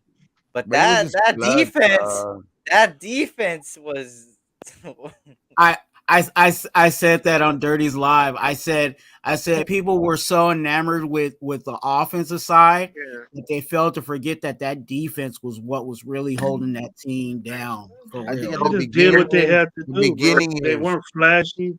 No, I Yeah, think they the were. The first Teddy couple Bruschi They Super legend made Bowls, was tackles. nasty. first I couldn't couple stand Super Teddy Bowls were Bruschi. defense. I think the last couple though were Brady the offense. Yeah, Yeah, yeah. I would They say made the early. tackles. They got turnovers. They got 3 and outs. You The know, it early wasn't ones with the super flashy. Seymours, Yeah, it was with the They just get fucking key turnover Lawyer on downs Malloys, or Ty third down Laws, stuff with the Ty late in the game Laws, you too, know so they those can get guys. the game winning. Hey, boo. I'm sorry, Mike G was in the chat. Sorry. just Uh, all around good team defense. Not They had, they had that was some it. crazy ass motherfuckers all over the field. They had They Sante did, bro. Samuel, they had Asante Samuel, they had Darrell Reeves for a while. they've They always had fucking had corners. They've always had yeah. corners. I mean, they All the Oh, time. Facts. safeties But too, that's dog. You know, important, bro. Lawyer Malloy. They had fucking Ty Law. They had some fucking crazy I ain't ass gonna lie. fucking. Ty Law used to get cooked. I ain't gonna lie. I think when he left the Patriots, that's when he started getting cooked. He got He was getting exposed. But cooked when he on was the with the, Patriots. and then they He had would, He he playing would, for the he Patriots. He was would doing just all get right. an interception, but he was getting cooked a lot of the time. Hey, but during that time, there was actually like a few good corners. Like you had Ty Law, you know what I'm saying, with the Patriots. You had Champ Bailey with the Broncos. You know what I'm saying? You was like there was a few Young Revis. like corners that were out there but the that was doing Patriots it. had a bunch of people though. They had fucking they had Patterson. Brewski. Patterson was out there. They had Brewski for a while. They But had who were the guys with fucking Miami? Remember, it was Sam Rabel. Madison and what was his name? Will Fork. They had Will Fork. Remember Will? They had Oh, Will Oh, Fork, that was that bastard. and they had Seymour. that dude. And, They had Richard Seymour in his good his best yeah, years. Yeah. Willie That McGinnis. was that. yeah, I don't like Willie McGinn. He went to Poly. I don't like him. But he was bad. That fool was good. Yeah. He was a Poly SC boy. I couldn't stand that. Yeah, all these guys are gonna be Hall of Famers, bro. Most of Couldn't these stand guys that, are bro. gonna be. Him, If they're not, Justin Fargus, and all them. Fucking hated them Hey, bastards. did you see them? That fool fucking. They fucking fought him and his boys jumped some fool in a fucking restaurant. Willie McGinnis. who? Nah. Really? Fucking 50-year-old fuck. He went into a restaurant. They started fucking some fool up, dog. Hey man, you should have And he hit been him with the talking bottle. shit. And then he hits him with a bottle. Bah! A champagne bottle. Fuck. I was Wait, like, is there video? damn. Was there Mess with video his of it? lady. Mess They with his got him wife. on video and everything, dog. Shit, he about to They pay fired him. for That's why that. they fired him from NFL Network. Oh, well, he about to, No, whoever got here got to get paid. But Ozzy, Where was I he at? hear you about you said Atlanta or Las Vegas? LA. What was it? Oh shit. Atlanta. LA. LA. But Josh McDaniels and the point is that offense was Bill Belichick, not Josh. I mean, the later years, I think it was a lot But offense. Josh McDaniels, look at Mac Jones under Josh McDaniels. I mean, look at Mac Jones. I mean, my thing is, Josh McDaniels isn't really like the quarterback isn't really a good quarterback coach for me personally. A lot of guys after he leaves, they're horrible. You know, when you dictate for so long and make guys do, they're like what they're not normally do. You force them into just doing what you say. They then become stagnant and they're horrible like the rest of their careers. Like he ruined a bunch of people. Like Mac Jones looked awful. Sam Bradford, Rookie of the Year, looked awful after Josh McDaniels was done with him. He wasn't the same quarterback. I mean, I think Mac Jones had his best year under him though, and then like last year was when he sucked. And no? he can't do nothing without him. The Pats had a good D and O. Yeah, they were just solid all around. They were solid all around. But like if you had Matt Jones ain't doing nothing. Matt Jones ain't doing nothing now. That means he's a good coach. Because I mean, I remember him. Was he there with Matt Castle? I mean, Mac Jones was doing that same thing in Alabama. Like he's just been, you know, when you have players around you and like the coaching around you, you can look solid. I never thought Mac Jones was great. I mean, anybody look great when you have the receiving core at Alabama. Was Josh McDaniels there when Matt Castle took over offense, for Brady that what year? offense does Alabama run? I don't think he was there for Matt Castle. I think he was gone. What offense does Alabama run? Because that was a big thing. Because I mean, to fucking make Matt Castle dog look like that. But Matt Castle, outside of that, because Matt Castle got the bag. Yeah, I'm just saying, anyone in that system can look good. Bro, Matt Castle didn't. But when you get out of it, you're just a terrible. You can look terrible. He never and even you're out the league.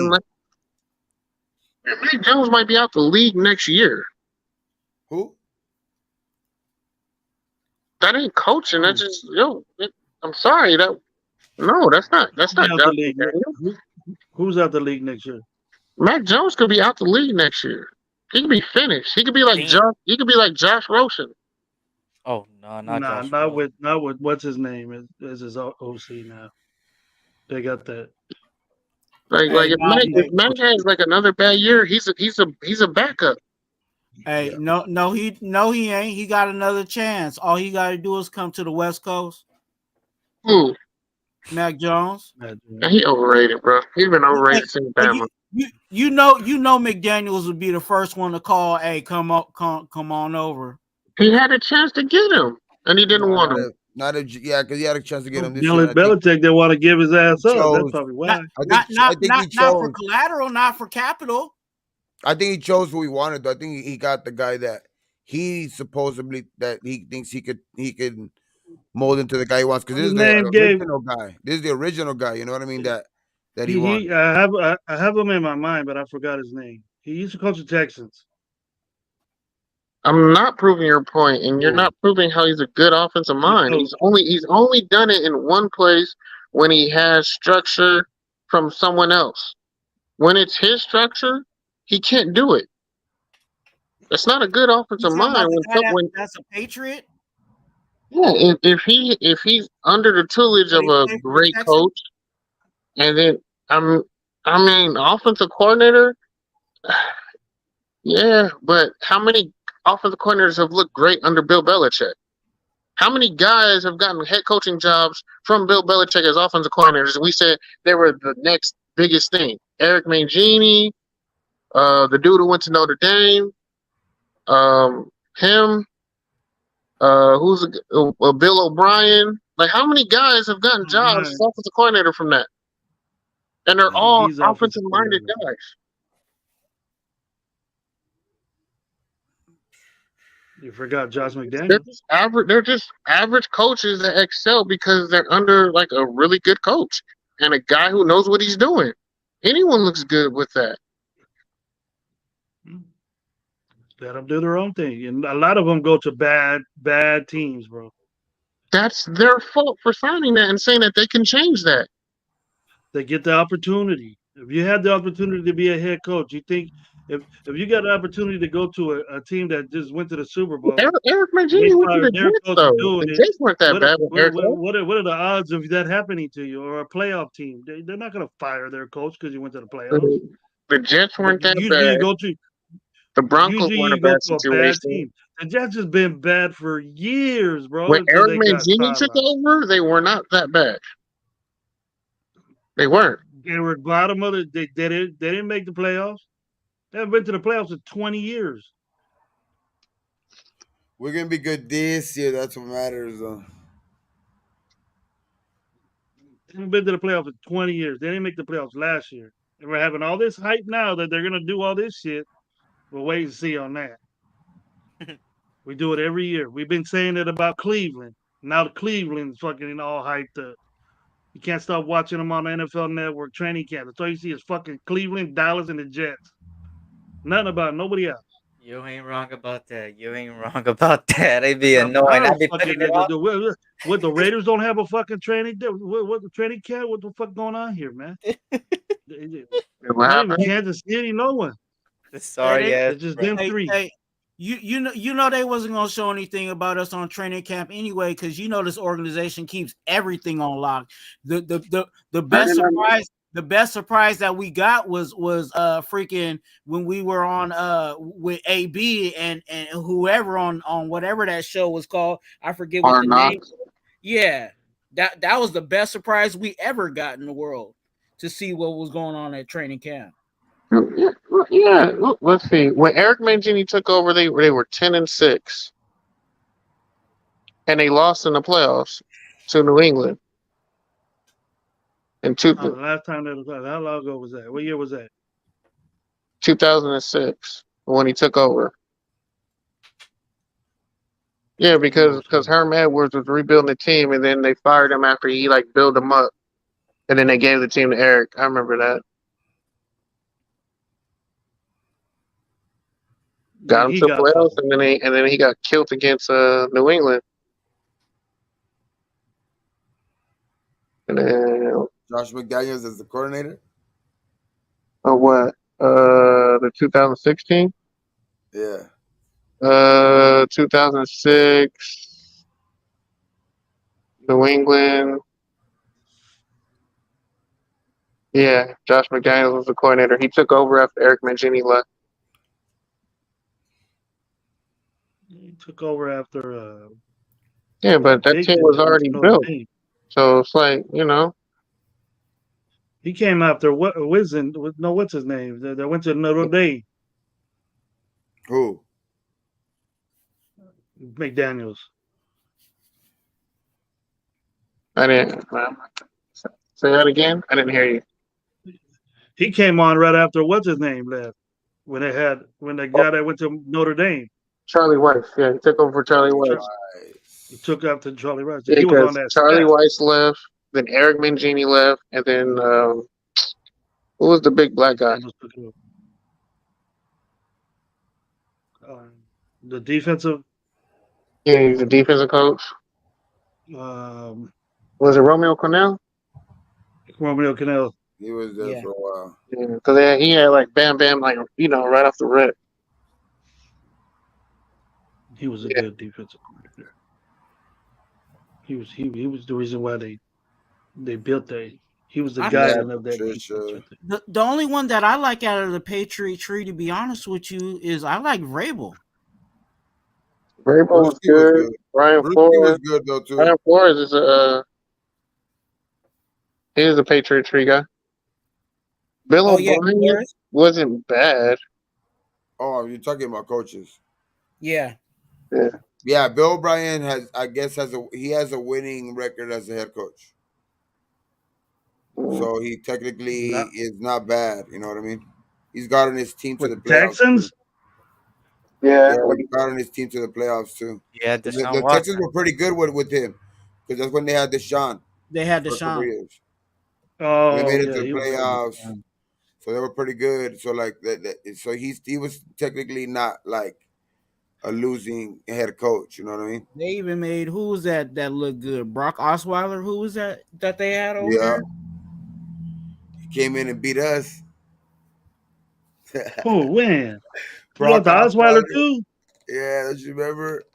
Wasn't it when we had Connor Cook? I don't know. No, I think it was like a Sunday night football or something like that. It was a while back. That was a Brock playoff Osweiler, game when we had to play against that when we played the Titans in the playoff game. Yeah, that was Yeah, Now, when, when we when played Carr the broke his Titans in the leg. playoff game, Well, it no, was no, Deshaun, no? no. They no, had no, no. Deshaun wasn't there yet. Texans are.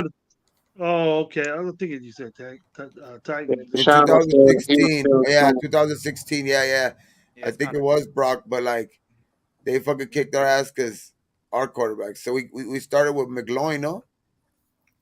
I thought it was Connor. That's not. Shit. Am I stupid? I We think we started with started that McLaurin playoff and game we with ended up with McLaurin. Cook. We I ended up think with we Cook in started the the Yeah, game it playoff. was Cook, right? Yeah. or either or, but they both played the game because they both sucked that much. Like one sucked one half and the other one Jack Del paused. Rio's dumb, The Well, bro. other that was one the was one Yeah, where Deshaun got kicked in the eyeball by Arden Key or something like that, and still got a touchdown or something. so Oh, don't Still even threw for a remind me of that, touchdown. bro. No, that was like a year or two yeah, That later. was against It was Deshaun. Connor Cook, and Connor Cook went 18 for 45 for 161 yards, one touchdown, three interceptions, three sacks. You guys don't forget to hit the like button. I could Yeah, do better that than that. was horrible, though. That was a horrible fucking playoff game. That boy Connor Cook threw with 3 Why interceptions. did it? That was Why did, over though since the fucking day who you was the head seen coach, man? Carr on the floor. When you seen Carr on the floor and you see him say it was broke, Yeah, what it the was hell like is it's Jack Del over. Rio doing, man? He gave Latavius Murray only 12 touches? Jack Del Bro, Rio. I know, man. Good God. He's dumb. We had the lead against the Colts already. There was no point to keep continuing with your starting quarterback to be out there when you already made the playoffs at that point. Like, it was dumb. It was dumb. Del And Rio. then we lost that game. And then we dropped the seed or something. Went to the last seed or something like Yeah. that. And you know what though, and to be honest, I think that was the turning point with Carr too, though, like because he was getting quite back almost a little bit, but I don't know what happened last year, though. I think it was just the whole change of events and all that shit, the changing of coaching and all that bullshit. I think that's what happened more last year. But I just think like that after that injury, he kind of wasn't. He didn't get back his feet back until for like a good year and a half, dog. 2 years. For reals, like that. 2 years until you felt comfortable. Yeah, And then what happened? He got a shitty ass line, and then it was a wrap. because that shit was a He, bad break. And then it was kind of true, and that's what kind of pissed me off when Bosa said it, like, "Fuck you, motherfucker!" Like, because it sometimes was true, because Carr would kind of sometimes do that because the way but he then, got hit in the way he got hit in the pocket and got rolled over and broke his foot, dog. Like that kind of would fucking fuck anybody up in the head when you get fucking hit like that, dog. Like, you know what I mean? I mean, You but don't that want to be wasn't just tackled like that Carter. again. You know what I mean? But that was Tom Brady. That was everybody. Tom Brady, Peyton Manning, everyone folds like that when you get hit in the pocket. So, like, for you to say just the most generic statement in the world, is like that was stupid, It's bro. just And Every he quarterback folds or fumbles when they get hit but you could because they tell don't it's want to get hit. frustration, bro. You could That tell don't it's make no frustration, sense. bro. And then when you play him in week 17 and he stands in the pocket and takes your hits and eliminates you from the playoffs, That was cool. what was it then? That was cool.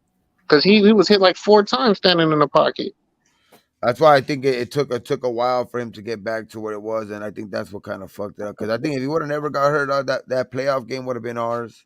Who If knows how Carr never far we gets get hurt, in that playoff? we're in at least a conference, a AFC championship game. We get a championship game at Because least. he was balling that year, dog. Like he had no Oh, he yeah. some in some place he would have had no regard for his body. He didn't give a fuck before that. Like he would go out to the sideline, get hit. You know what I mean? He didn't give a fuck. Stretch out for the fucking first down. But we beat the Patriots like in 2017 with that offense. We beat the Patriots. We were beating the Patriots. Yeah, so it was just fucked up, dog. That injury was totally fucked up, like all the way around. What was the Patriots record? Oh, they were 4-2. That like the way I can still remember the way I felt, dog. Like I felt like, you know how when you go down a ride, like that big drop in the first drop of the ride. You know what I mean? With that first So drop as of soon any as big Carr ride. went down, I said, "Season That's how over." I felt, dog. That's how I was like, fuck no, dog. Yeah, I The remember that. season was done. It was like, 12-4, dog. Like, no, come on. I was still drinking. I was still drinking back how long? then. And I how don't long know. did we wait? How long did we wait? to get to the playoffs just to know like this shit is over already. That was how many years was that? Long time. It was like fucking. I think it was like 15 years, right? Yeah. To get there and then just be like, we have no shot against Brock Osweiler. Against Broncos, their defense was so good though. Like Man, the defense was good. I couldn't stand him at ASU. Yeah, he was just a tall motherfucker, Oh, that's fucking 6'9" and shit or something like that. He was a Yeah, tall motherfucker. Yeah, he's sick. He's legitly all of 6'7", 6'8". That boy, tall, lanky man. Yeah, that shit was fucked up, dog. That year was fucking. That was a big gut punch, dog. Like that shit, like hurt, dog. Like for reals, bro. Like out of fucking every year, like we're doing good and everything. We've made it through almost the whole fucking year, and then this shit happened. Like fuck, Yeah, that was with Eric, man. I don't know what Jack Dorsey was thinking. there was just no point, like go on, get the Wanted that fucking. higher seed. That's what he wanted. That higher seed. And it wasn't like want Latavius that. Murray was a bad runner at that time. He was actually running the ball well for us. Yeah, He had a good season that year. And we were winning that game, right? no. Mhm. It was 10-7 at the half. It was 0-3 after it was 3-0 after the first quarter, and then 7-10 7-10 When he got hurt, what was after the the score? first half. Say what? What was the score when he got hurt? Who? Oh, Derek when he got hurt. Oh, hold on. I was looking at the Texan game in the playoffs. Hold on. Against the Colts, dog. Like fuck, man. That was crazy, bro. That shit was a fucking but it sucks that it happened. That was his fucking, the fate that happened for him, dog. It's fucked up because he was a Raider for a long time, but I don't know, dog. Like I think I don't like I have faith in this. I have to, I guess whatever Yeah. you want to call it, and just I don't know. I think the organization's going and I think a little bit better, like moving a little bit better, just because just the simple fact that we're the opening up of the books, the fucking like the money coming next year and all that shit, finally not paying people that are not fucking playing with us, even though some shit got moved around that might happen in the future with I think with Chandler Jones, because I guess they with the restructuring of his contract was like, I guess, to pay some years where he's not under contract, because he's still going to be getting paid those years. But we can worry about that one and we cross the line. But next year, I guess, more money opens up, dog. He So I got think hurt. that's going to be another. That's going to be another. I think next year will be a big. They're going to make like a couple of big splashes in the free agent class, because next year we'll have the money to do it. Yeah. So Derek Carr got hurt in the fourth quarter with 11 minutes left, and the score was 33-14. Wow. Exactly. My point. Wow. Trent Cole is the man who hurt him. Jack, I know. I motherfucking remember. Rio. Fucking crazy. I 33 to got a 14. dip, guys. Go to sleep. Yeah. That's my bedtime. Oh man, gotta get. They Gotta wrote get some great shit in. articles for that game. You read the articles that game, Mike? You read nothing from that All game. right, gravy. All right, All great. right, bro. I'll talk to you tomorrow. Eric, good to see you again, bud. To see you. Have a good night, man. Hear from you. Twuan, thank you again for inviting me. I'll be on anytime you need. JT, talk to you soon, brother. All right, great. Have a good night, brother. Wow, and get this. Up until that point, Derek Carr, 21 for 31, 232, 3 touchdowns. He didn't need no fucking One sack, and the sack that they got him is the one that ended our chances. Was sacked one time that game. They would have won that game, right? They would have won, and then next week they still would have played the Chiefs, right? They won. We won the game 33-25. Hey, Next week, that would have been for the next week we lost to the Broncos 24-6. yeah, and we had a chance for the division, no? And then the week after that, yeah, that was it. It was that was week 16. Then week 17 we lost. So if he would have just sat Carr, I think that fourth quarter, I think would have beat the Broncos, got a better seating. Oh, we would have smacked the Broncos. The Broncos Oh, are facts. that was the Facts, bro. Gary that was the Gary Kubiak Broncos. Yeah, that shit was fucked up though. Yeah, but what it could have, should have, no, fuck, that's fucked up. That's I mean, shoot, they had Trevor Simeon at quarterback. The luck He of went the 17 for 27, 206, 2 touchdowns and an interception. Thank you, okay, Michael said thank you, Donald Penn. Fuck, Donald Penn did let up that sack from Trent Cole. Hey, but you have to give Donald Penn his props though, because to be honest with you, Donald Penn kept him clean for the longest. That was like the only sack he gave up, I think, the whole year. I think they said something to the point where like that fool fucking like he cried in the locker room or something like that. Yeah, that ate him up for real. Yeah, he said it on press conferences before. It wasn't a terrible roster, Ozzy. That roster got to the playoffs. Did we have any super star-studded power? No. But it wasn't a terrible roster that he took over. In fact, it was a great locker room that he took over. It was a locker room that was unified, that was together. That was I can't say it was bad. I mean, they had horrible draft. They had bad drafts. Now that we see in hindsight, I mean, but I can't sit here and say that he took over a bad. Nah, he didn't take over a bad roster. I mean, the best. No, not roster. I think more. I think he took over a bad financial situation. Oh, absolutely. I mean, who do you think is the best player on defense? Who was the best player on defense? Mm-hmm. I mean, it's Crosby. And no. I would say the best player on defense that year was Perryman. Who did he come from? It was Perryman. When the year that when Josh McDaniels came, that's the year Perryman was just balling. I would say Perryman was one, and Crosby was, Perryman was 1A, Crosby was 1B. We just had nobody in the secondary. I don't know, man. I just think Max's durability is just puts him ahead of everybody.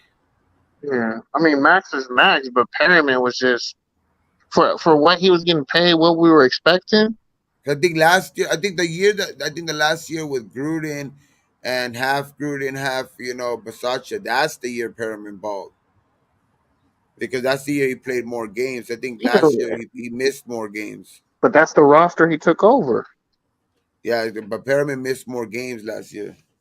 Mm-hmm. But how he was playing, for me, he was the best. Oh yeah, he was playing good because he was still. Yeah, he was the best defender on the field. I think he was the lead in the league in tackles the first couple of games or something like that. Or was that the other year? Because I know that. The roster definitely had depth because they lost a lot of people with the injuries and Ruck situation. Then with the coach, I mean, they had depth. He was just playing with backups. Carr was winning with backups. Like, the depth, I give you depth that they were just young, but the secondary was young. I mean, linebackers, they did what they did with what they could afford. I mean, the guys that we played with, they were backups. Yeah, You're just saying we just didn't have stars. Like if those were the backups or the second string, and we had guys who actually we would hold on and had starters, then yeah. But I'm not gonna say we didn't have depth. It's because we kept trying to sign guys like fucking, I think sometimes we had too much depth at certain pieces because it was just below. We just had a bunch of below average guys. Kwiatkowski. We kept signing guys like that. You know what I mean? That Yeah, shit was fucking horrible, dog. Those type of fucking of like contracts put us behind the fucking 8 ball right away, dog. Because those guys yeah. It was. It's hardly just the even guy. seen the Yeah, field. it's just the guys we signed were just subpar. Yeah. So, but they were band-aids too at the same time. It wasn't like somebody that we were like really looking at trying to have for the future. You know what I'm saying? Yeah, Of but they were organization. being paid. They were being paid like stars, though. You know what I Yeah, mean? Paid like stars, but they were supposed to be like just like band-aids with what they Yeah, can provide. You know what I mean?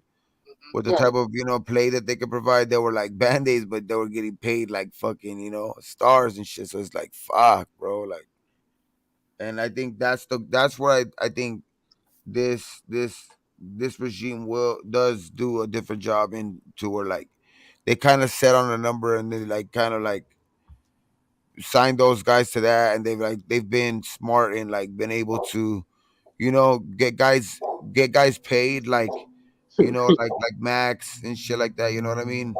So See, yeah, yeah. I don't like that. How we're gonna say overhyped playoff team? No, that you're trying to diminish what they did. They want, the difference between that team and the team from last year was that they just won the close games. They were able to finish and close out, and they did the little things to win. That's coaching. Because if we win the 4 games and don't blow those leads, the Raiders are in the playoffs back to back years. I'm not going to sit here and try and diminish and say, "Oh, that wasn't an overhyped playoff team." That was a team that battled. I mean, they got out to a good start to the season. Then they had some shortcomings. You know what I'm saying? Then they had some things that would be detrimental to other teams. They still kept it together, and then they won late, beating good teams. You can't say that was an overhyped team. That's just you. No offense. That's just you. You're just being disingenuous at this point.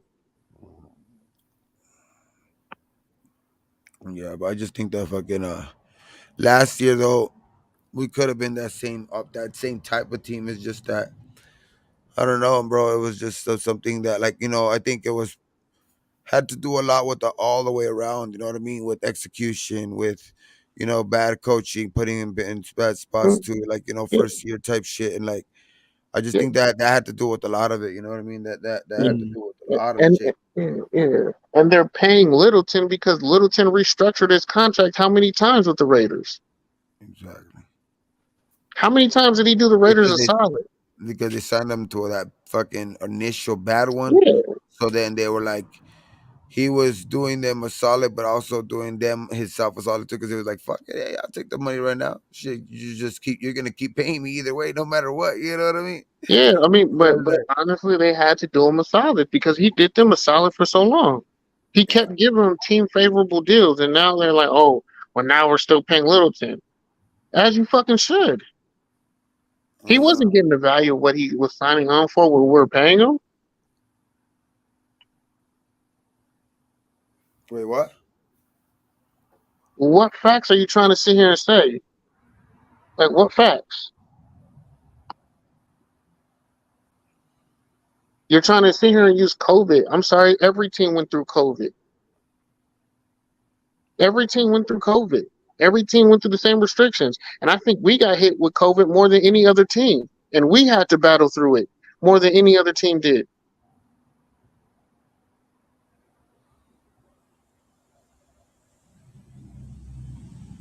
I So that don't know. still doesn't strengthen your argument.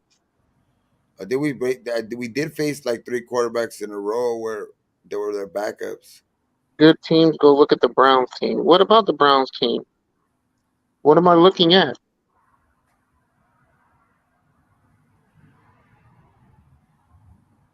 But but you're saying it was a bet. They only made the playoffs because of COVID.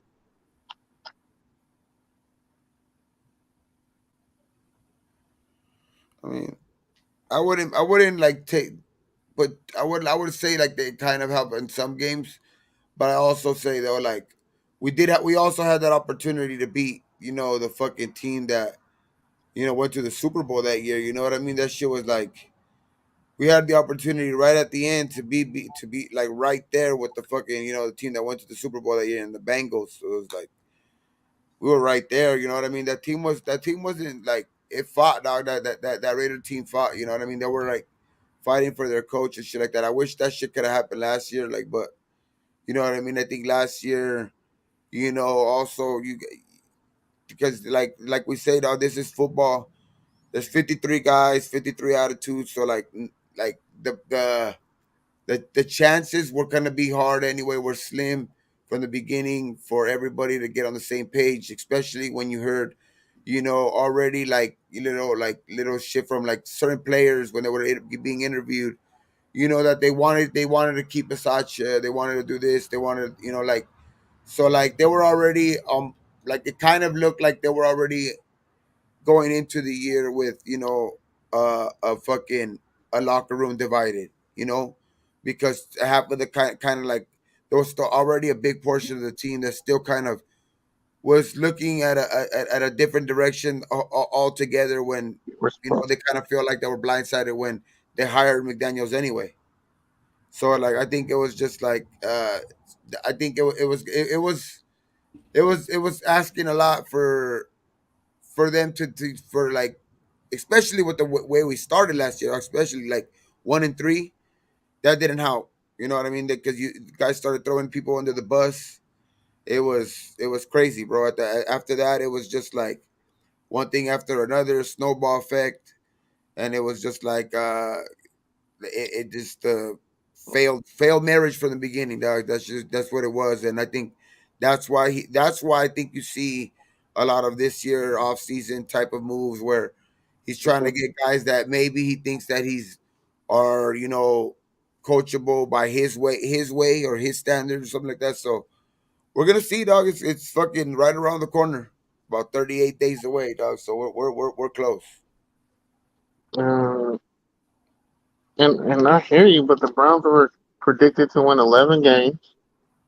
Okay, they had their third string quarterback. They still had their first string like defense, and honestly, we had a lead going into the fourth, and then the defense gave up a lead late, and then we still came back and won the game. It's an NFL team at the end of the day. I mean, the Niners were playing with the third string quarterback in the playoffs and winning games. Like, you can't use the argument it's a third string quarterback. Well, the Niners just played with a third string quarterback, and they would have won the game and probably been in the Super Bowl with a third string quarterback. Yeah, but we're gonna see that. We're gonna find out soon, and I love it, dog. I love that we're already in August. Fucking Yeah. football already That's so started. First close. preseason of the game already. First preseason already was yesterday. What I just want to know what was exposed in 2022. Like what was exposed? The coaching staff? That was the only thing that changed. Not the team. It was the coaching. And then that coaching staff broke up the team. That you say was overhyped and overachieved. A team of a starting quarterback, no superstar player on offense. I mean, outside of what, maybe Carr? Because Josh Jacobs wasn't seen as no superstar or no star. He ended the year good. No, I said superstar caliber. There wasn't one. Josh Jacobs was not being talked about that year like that. He No. was serviceable, 1,000-yard back. Derek Carr was a serviceable quarterback. Who was the He had fucking? no wide receivers. He had Renfro. Overrated offensive. Yeah, Renfro's not looked as a superstar slot guy. Yeah, but that year he was, dog. He fucking tied Tim Brown for fucking receptions as a Raider, dog, for fucking tied a record. Mm-hmm. 104 receptions, though. That's just And he was that's doing not that. easy to do. Yeah, doubled and triple team. But who else was he? Who else did he have to throw to? Waller wasn't there. No. And then No, you he go to the wasn't. defense. And you go to the defense. Defense is still blowing leads.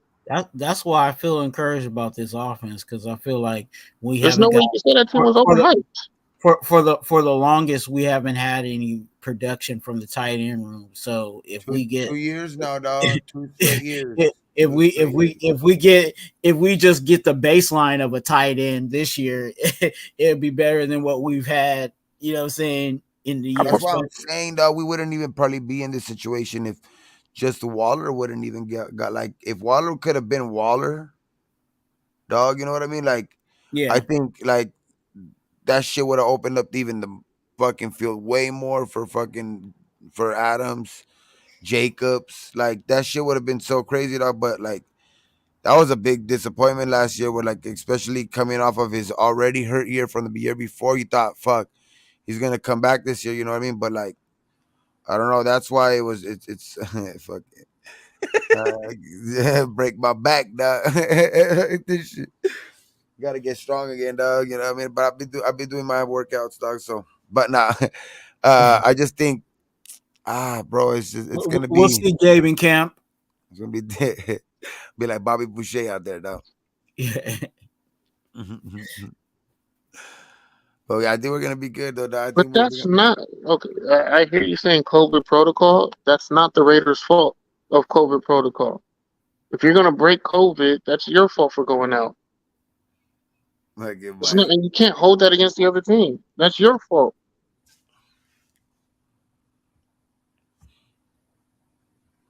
That's a pro drafting. Okay, I like that. And you can't keep saying lack of depth when the Raiders lack. Like you can't say about the Browns having no depth when the Raiders had no depth. Hey, bro, but one thing I do want to ask, like, we need to get the fuck Illuminor get out of there. Nah, he's gonna have the best year of his career. You know what I'm saying? We have Bro, the best offensive line he's ever. You know what I'm saying? already there's already reports out of camp that he's already fucking having issues with fucking false starts. I mean, I told you, dog. He loves to have his name called. now statistically, it's like the seventh ranked offensive line. It doesn't need to get better. Hey, I hey, think Mumford's taking that spot, dog. Mumford, I think he's gonna end up taking that fucking hey, shit, dog. Like, hey, what is the holding penalty? Oh fuck. I don't know. You tell me. Doesn't that equate to 3rd and 15? for reals, Typically, bro. I'm just saying if Illumina holds one good time, then there I goes 3rd just, and 15. oh my god, bro, he pisses me And off. here goes Jimmy G. Here we expected Jimmy G to save Like the that's not the day. first thing you want to hear out of that guy in camp. You know what I mean? Like, fuck, man, you having already that problem? Because I saw, hey, look, hey, it's too late, SC, but I feel like popping popcorn. Like this, I've seen this movie before. Like it if it happens, it's gonna happen again. Because last season, that's what happened. You know what I'm saying? Illuminor held, and then as soon as he held, whenever that he held, all of a sudden it was telling me on the screen that it was 3rd and 15. Or offsides, something, false Something. start. And now we're 3rd and 15, and then now DC has to save the day. And guess what? We're running the same. I hated this. We're running the same freaking play every time. 3rd and 15. It's a dagger. No, and then a couple of times where like Jacobs would run for like 10 hey, yards, 8 hey, yards. Ozzy, I just advise Holy, you to go look at the play-by-play at the end of those games and tell me who was winning and who was winning the games. Was it the running game or was it the passing game? that was a big part of last year too. Why we were, you Yeah. know, fucked up and like Not that they didn't sometimes contribute; they did contribute. But sometimes Carr would kind of like go 3 and outs because of sometimes it would be those situations too. Like you know what I mean, where it would be like they would run a good play on first and second down or first and second down, and then like second down would instead of being, you know, second and or 3rd and 1 or 3rd and 2 on second down, they were getting a holding penalty or a fucking offsides penalty, so it was getting 2nd and 15 or 2nd and fucking 17. You know what I mean? So it was like fuck. You know what I mean? Like that those were the shit that would hurt us, dog. Because especially when the teams were already like kind of gaining momentum back, and then those type of drives would happen. where like you're finally getting a little something back, or like Jacobs will run the ball back, or there would be a holding call. There would be a fucking offsides call. Like fuck, bro. Like we can't win like this. We're gonna punt again. And those type of shit hurts us, dog. We gotta be disciplined because that shit hurts the defense and the offense. Fucking one fucking penalty like that. And that's why those shits are. That's the one reason why I don't want to see fucking aluminum in there, though. It pisses me off, man. I like Mumford. That's why. Pause. I'm gonna be honest. JJ should have won more games for us. Honestly, if we would have sat on JJ the first 3 games of the season, we win those. There was no reason we should have been having Carr throw 30 plus times those games. There's no reason game 1, 2, and 3 we're throwing more than 30 yards, 30 passes a game.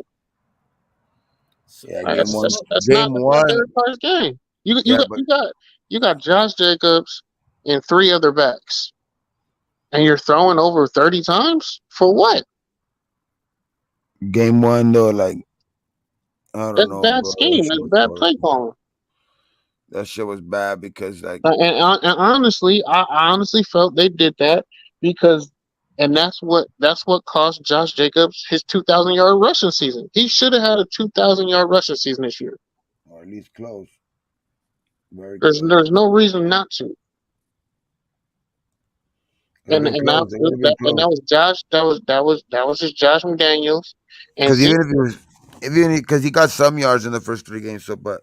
Even if he would have got, he still needed another 400. You can't tell me that they weren't deliberately trying to not give him the ball. They were deliberately not trying to give him the ball. Yeah, it started off. It was egregious. Like the first 3 games of the season, I was losing my damn mind.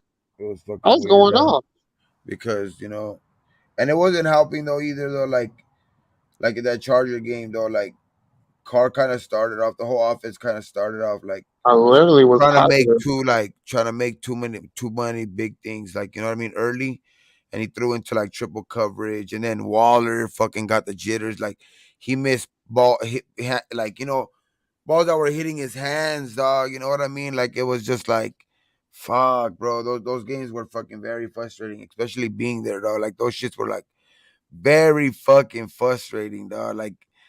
It's like we had a chances to win every single one of those 3 first games too, even without using Jacobs, dog. And it was like more frustrating than fumbling out the back of the end zone. There's nothing more frustrating than that. It's while you're in Green Bay, at halftime, and you knew the game was over.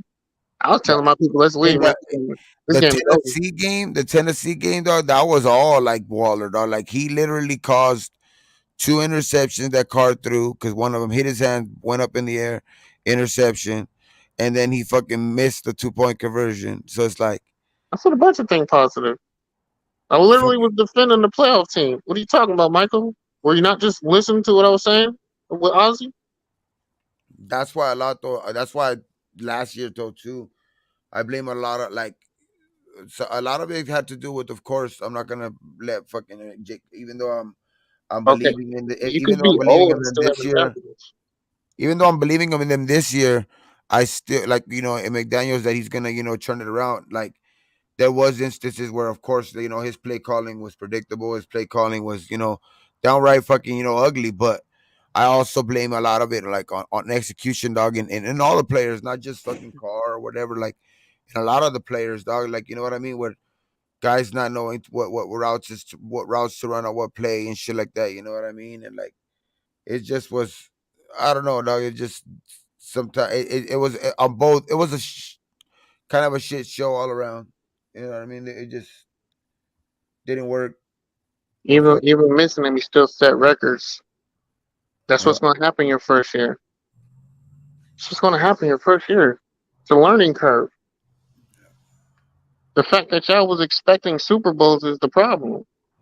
You know what's your crazy? Expectations was wrong. You know what's crazy? That's pretty crazy that Carr missed Adams a lot, and he still put up 1,500 yards and 14 touchdowns. And they're bitching about it. Like, wow, like imagine when he doesn't miss him.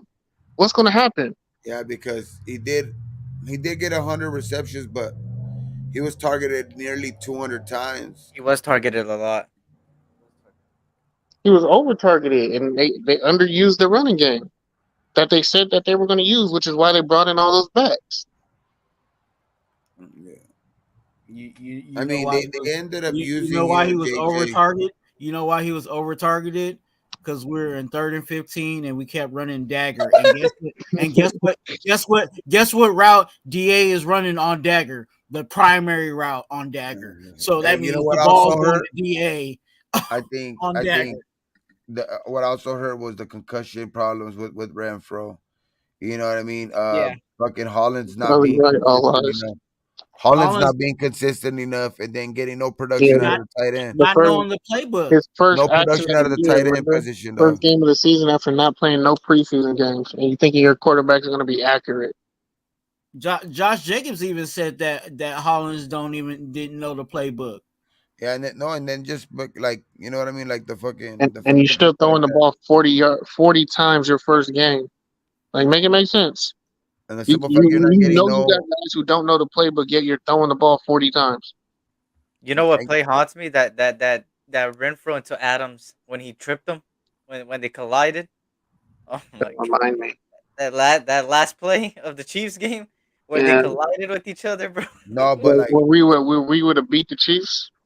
yeah, but like Where Derek Carr was a even on pass that. away from beating the Chiefs. But even on that fucking that he kind of messed up on that 2 point conversion because like he tried to That's a do some play question. where like if he would have just like literally like that shit came wide open. You know what I mean? That foot came wide open. I think it was Hollins if I'm not mistaken or Waller. Some one of them two came wide open in the fucking back of the end zone, like right there. But it was just he made kind of the read a little too early. But I don't know, fucking that shit Yeah, was but just honestly, that play is where Josh lost faith in Renfro. He just lost faith in a bunch of people.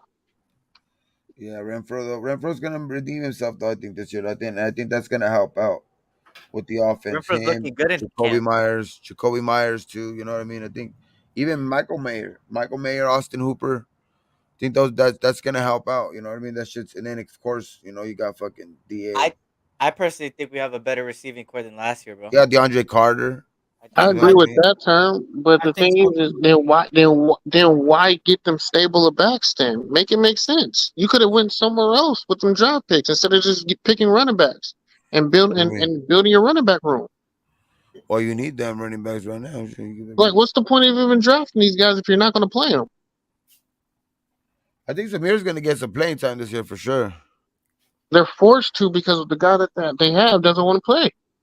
He's gonna play, but Not I because just they think want to, not because they want to play, because they think they earned the reps. They have to.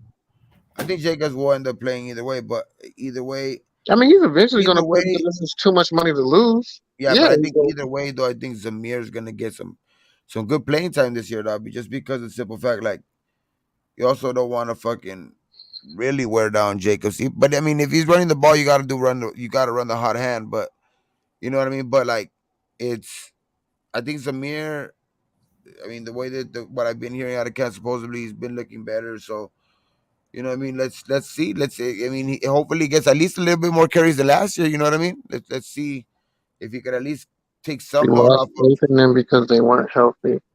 or just take some load off of Jacobs early, so that way he can be more fresh. You know, later on in games. That would be I fucking I, that would be I think awesome. I think based off of Renfro's press conference too, I think Renfro has a new, you know what I'm saying, a new passion. You know what I'm saying? I think he's focused now. You know what I'm saying? He knows the mistakes that he made. He was not healthy. I mean he was not happy with the results that he put out there last year, and he knows himself that he was on a, you know what I'm saying, that he had a slump. You know what I'm saying? So I think we will see a better Renfro even this year, because again, Mhm. he's got the playbook down.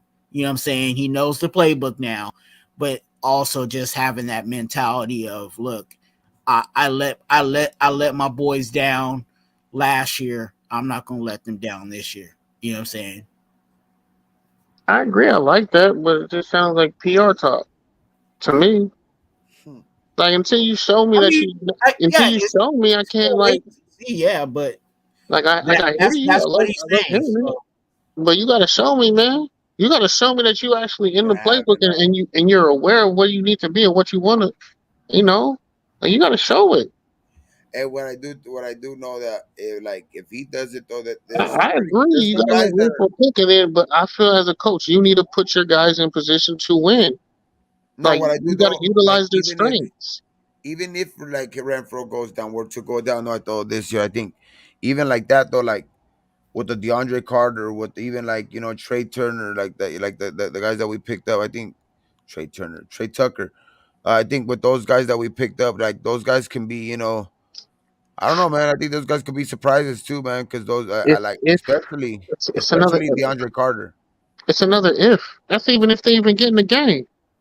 Well, That's DeAndre if they Carter's gonna even get play. in I the think game. play big time. I think he's gonna play a big role in special teams either way. So I think that I think he has a roster spot because I think he's gonna play a big role in special teams.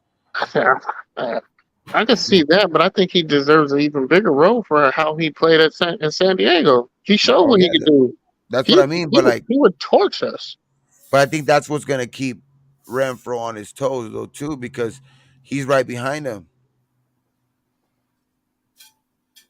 You know what I mean? So like that has to keep Renfro on his toes because when you got somebody like DeAndre Carter right behind you, he's gonna get some. He's gonna get some snaps. I believe. I guess he checkmated Derek Carr and he checkmated Waller too. Like, I'm sorry, I don't believe it. We should have got more for Derek. We should have got more for Waller. We should have got more for all the pieces we let go. What do you mean he checkmates JJ? What if JJ said, "Fuck it, I don't need to play no more," retires? Is that checkmate then?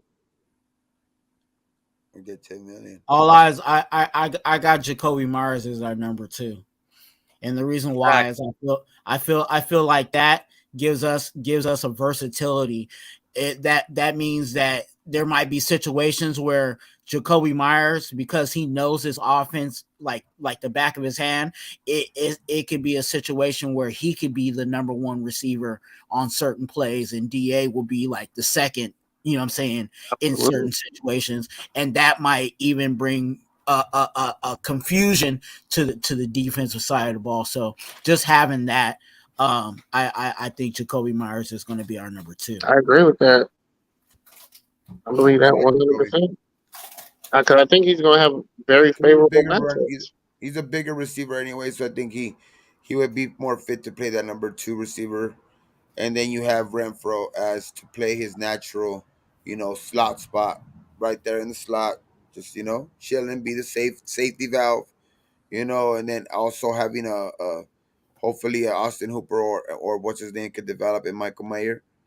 That'd be pretty good, man. I think the offense could be pretty good. I think especially with the offensive line. Last, The offensive line gelling a little bit more this year. I think that's gonna help out too. look at Josh McDaniels versus the division last year to outside of the division. Josh most definitely dropped some games last year. I mean, I'm not even gonna say not only Josh, but a bunch of people dropped games. The Hmm. defense dropped games too. Because I mean, at the end of the day, the defense still blew leads. Granted, regardless of the offense getting stagnant, well, the offense wasn't stagnant at one point of the game to get a lead. If we get a lead, a 17-point lead, you shouldn't lose that game. I don't care how bad the offense plays in a half. 20-0. Yeah, that was bad, though. You don't lose that game. Oh, You just don't. You don't lose the game. You smoke crack, don't you? You don't lose games against the That was Rams. from Mike G. That was from Yeah, Mike G. Bowden came earlier. Hey man, I wouldn't mind. Shit, it'll be something positive, right? Hey, as slow as Brandon Bolden is, he don't need to make the team. I said this, and I still believe this. I think Brandon Bolden got some good knees. You know what I'm saying? Because for him to still be on this roster, you got some good knees. I'm just saying the guys who were brought in last year to teach the team should not still be on the team if the team didn't learn. That's my thing. Like you brought in a bunch of guys to teach the team, and so many guys just didn't know. What were they teaching? Like what were they teaching? Mm. That's crazy. If you get season tickets, you can like you can reserve like days to go to training camp. Really? Yeah, that's cool, man. What are the stipulations though?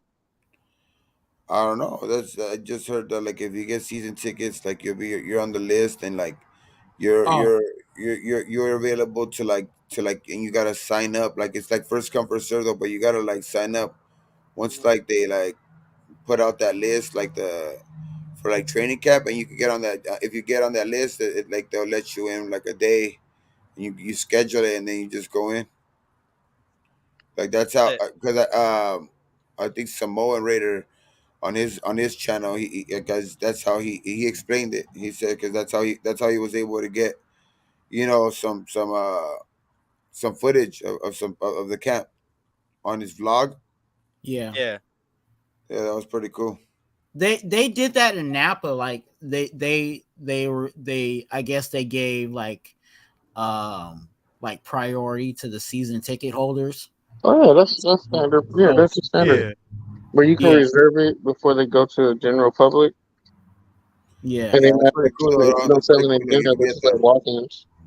You could be at the at the fucking training camp. That's cool. But I know there's like stipulations where you know you're not supposed to have like cameras or recording You devices. can't film at certain points. They only let you like film at certain little spots, but after Yeah. that you can't. Or I think they give you your phones like after a certain time. You can watch it, but like after a certain time, you could But they give you your phones back. Cause like I was watching something yesterday now. Like I guess that the last time Kevin Hart like he performed at some place right here. They take your phones away from you when you first get there. Like if you want to go to his concert, they take your phone and they put it in a pouch, and they put it in a pouch with like a little like a lock. It has like a lock and like it has a code and shit. Like What and the they give you fuck? the code for it. Yeah, that's just crazy, bro. They take your phone so you won't be able to film. Oh hell yeah, no. well, no, that's a part of it because when like say if I'm doing jokes, but those jokes might be something for like a Netflix A release. special, yeah. Yeah, special. Oh yeah, Like yeah. if you release that, then oh, now my Netflix joke is out there before the Netflix actually gets to release it. So they now certain people are doing that with their events where look, you can't bring a phone in and like I've heard like down the line that like even at some of these like celebrity parties like you have to check your phone at the door. Like Oh you can't yeah, even bring your phone yeah, in at all yeah. I've because heard that. they don't want any, you know what I'm saying, if something pops off or if the party gets, wild or whatever, they don't want that stuff to be released to the public. Yeah, but that shit's crazy though. Like, Yeah. can't So you got like I seen it. It was like on those shorts, the fucking those YouTube shorts or whatever, mm, and it said like at a fucking at a Kevin Hart concert at a Kevin Hart concert and shit like, and then they were putting their phone like in this little pouch and it locks up and then like Oh yeah, that's Dave Chappelle was the first to do that. I remember when he first did it in Arizona, everyone was like, "Yo, what the fuck is this?" yeah, it's crazy Because dog. it locks and it doesn't lock until they don't unlock it until after you leave. Yeah, So like it's a lot of people, but the pouch was pretty dope though. I mean, yeah, a lot of people took the pouch. but yeah, but even with the training camp stuff, like I did that at training camp, and to be honest with you, like it's, I mean, if you're just trying to get pictures of your favorite player or whatever, that's cool too. But a lot of times, the times when they want you to let you have your phone out, all they're doing is stretching. You know what I'm saying? So it's not Yeah. like, you know what I'm saying? It's like nothing real exciting, you know what I'm saying, to really get footage Or on. just It's warming like, up, yeah, they're like doing some like warm up stretches. throws. Like the Yeah. ones It's like just a walkthrough, but what they They're failed to barely even realize. doing warm. I don't even think they were doing warm up throws. I think you had to put your phone away when they were throwing the ball. But like, No, that's how they got. That's how they caught when, Jimmy G limping. And as yeah. soon after they caught him limping, he he left the practice field. yeah, yeah, That's they do the now little you warm know. ups. Hey, no more pitchers gonna be at Raider camp unless it's coming from a beat writer. Because that came from that I sent you the clip from the fan who caught it. Uh-huh. You know what I'm saying? A Yeah, beat writer just said, "Oh, Jimmy G was limping, went to the tent, didn't come back out." Remember, I that's why sent you, they I sent you fucking. that, and then I sent you the clip of it. That's why they like practicing indoors, dog. They got the Like, indoor facility and shit. Fucking block everybody out. I just don't like it because it's just feeling eerily similar to the shit we was doing last year, man. Like I just feel if Jimmy G doesn't play no preseason game, man, it's like fuck. Are we literally doing the same shit again? I just hope he ain't the next white tiger. You remember the white White tiger? Tiger, who's White Tiger? Yeah, y'all don't remember when Gruden called called Martavis Bryant the white tiger because he was never on the field. For He called him the white tiger. Oh, no, he better be on the field, dog. He has to be on the field. He's gonna be on the field. You remember we had Martavis Bryant and everybody was all excited about it, and then he just never was like he never was on the field or he never showed up to practice or what. Yeah, yeah, called him because they asked him like in like the press conference. They're like, "So what do you think about Martavis Bryant?" Or and he's like, "Oh well, I wish I call him the White Tiger." You know how Gruden used to talk about. But yeah, man, I hope Jimmy G ain't the next white tiger because Nah, Jimmy G is gonna be the next Rich Gannon. Yo, I hope so, man. said what? I hope so. you're gonna get JT mad with that one. Don't say nothing as blasphemous as what you just said. He's gonna be the next Rich Gannon. The fool can't run. I know. He's gonna be good, dog. He's gonna be good for us. Give me time. Ah, there you go. See, Good JT, time. give him Good time. time, man. You Give care him about your fucking time? time. Why you want to hurt him, dog? I don't want to hurt him. I knew he was hurt. He's already hurt. I can't hurt him we anymore. try not to have him hurt. That's what. Yeah. Do you really want to hurt? I honestly didn't. I didn't even want him in pass throwing. To be honest with you, I knew he wasn't healthy, and I knew his ankle wasn't gonna hold up, man. He needs to go through conditioning first, man. Just give him time, dog. Just give him time. And then Give him time. crazy, man. Don't worry, JT. JT is. Give me time. And keep that same energy, man. I swear to y'all, bro. Don't change up during the season either. I'm telling you, man. Nah, Y'all lucky Dirty lost all his footage, man.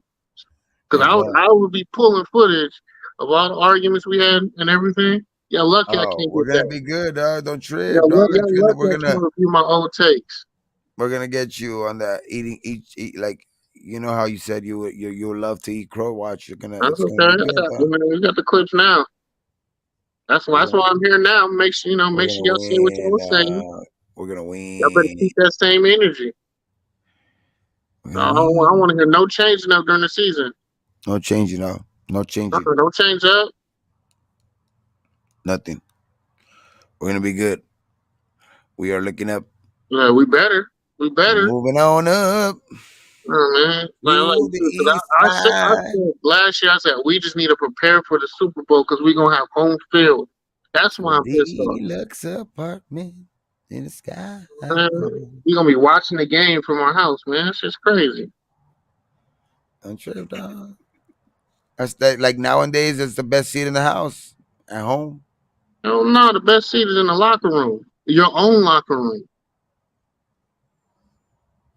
Man. That's the best seat in the house. You playing. You on the sideline. You watching. That'd be fucking bad. That'd be nice. Get some tickets like that. Shit. Give me some We not doing access none like of that that. this year. We're gonna be good, dog. We're gonna be good. Hey, man, I want to hear that. Damn, JT, man, you it's like you don't want to Don't be believe trying to it. treat me like your girlfriend. You Telling don't me want to sweet believe nothing. it. You don't want to believe it. It's all right, dog. It's all right. It's like you've been hurt. You've been hurt. Man, my cooking is great, Yeah. Mike. You don't know what you're talking about. You know what I'm saying? You've been hurt, dog. It's okay, dog. You know, it's like I it's just the made Raiders. some tamales anyway. The I just Raiders. made The some, Raiders tend to do that to people. yeah, I made green chicken tamales. But everything's gonna be all right, dog. I'm here to tell you, dog. Say what again? Every little thing is gonna be all right. Don't worry, dog. We're gonna have a good year this year, dog. Trust. We're gonna it's gonna be. I'm not gonna say, you know what I mean, either. I'm not gonna talk that shit like Super Bowl or any of that shit. But we're gonna. I'm not. There's no way I believe that those No, so you 4 or 5 changing. years. You know what I mean? We're No, not no it four or was 5 years away. We're Super Bowl caliber quarterback, like Super a Bowl year caliber or two away coordinator. from being like on top of the league. You know what I mean? Like it's kind of hard to ever predict the Super Bowl. Super Bowl. Like I wish we could. Like even though how much that's how much we want to say it, but I think in the next 2 years we're gonna be a good dominant team, dog, in this fucking in the AFC.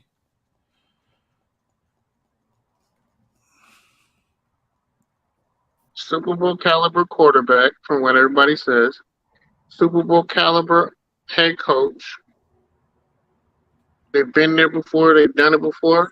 Why can't we get to the Super Bowl? Why shouldn't we be in the Super Bowl in his second year? You know what I'm saying? You got the best running back in the league. It's not out of the realm. If the You know what I'm defense saying? could step up, You got you got you got a you got a I quarterback with think one of the best winning percentages ever as a quarterback. I think if the You got the defense best could wide step up, receiver in the league, best running back, that's where it's all at. and you got like a top. I mean, from the optimist and what people are saying, you got like a possibly top 20 defense. Why can't you? I have no worries in the offense, dog. I'm worried more in how fast can the defense get to where they need to be.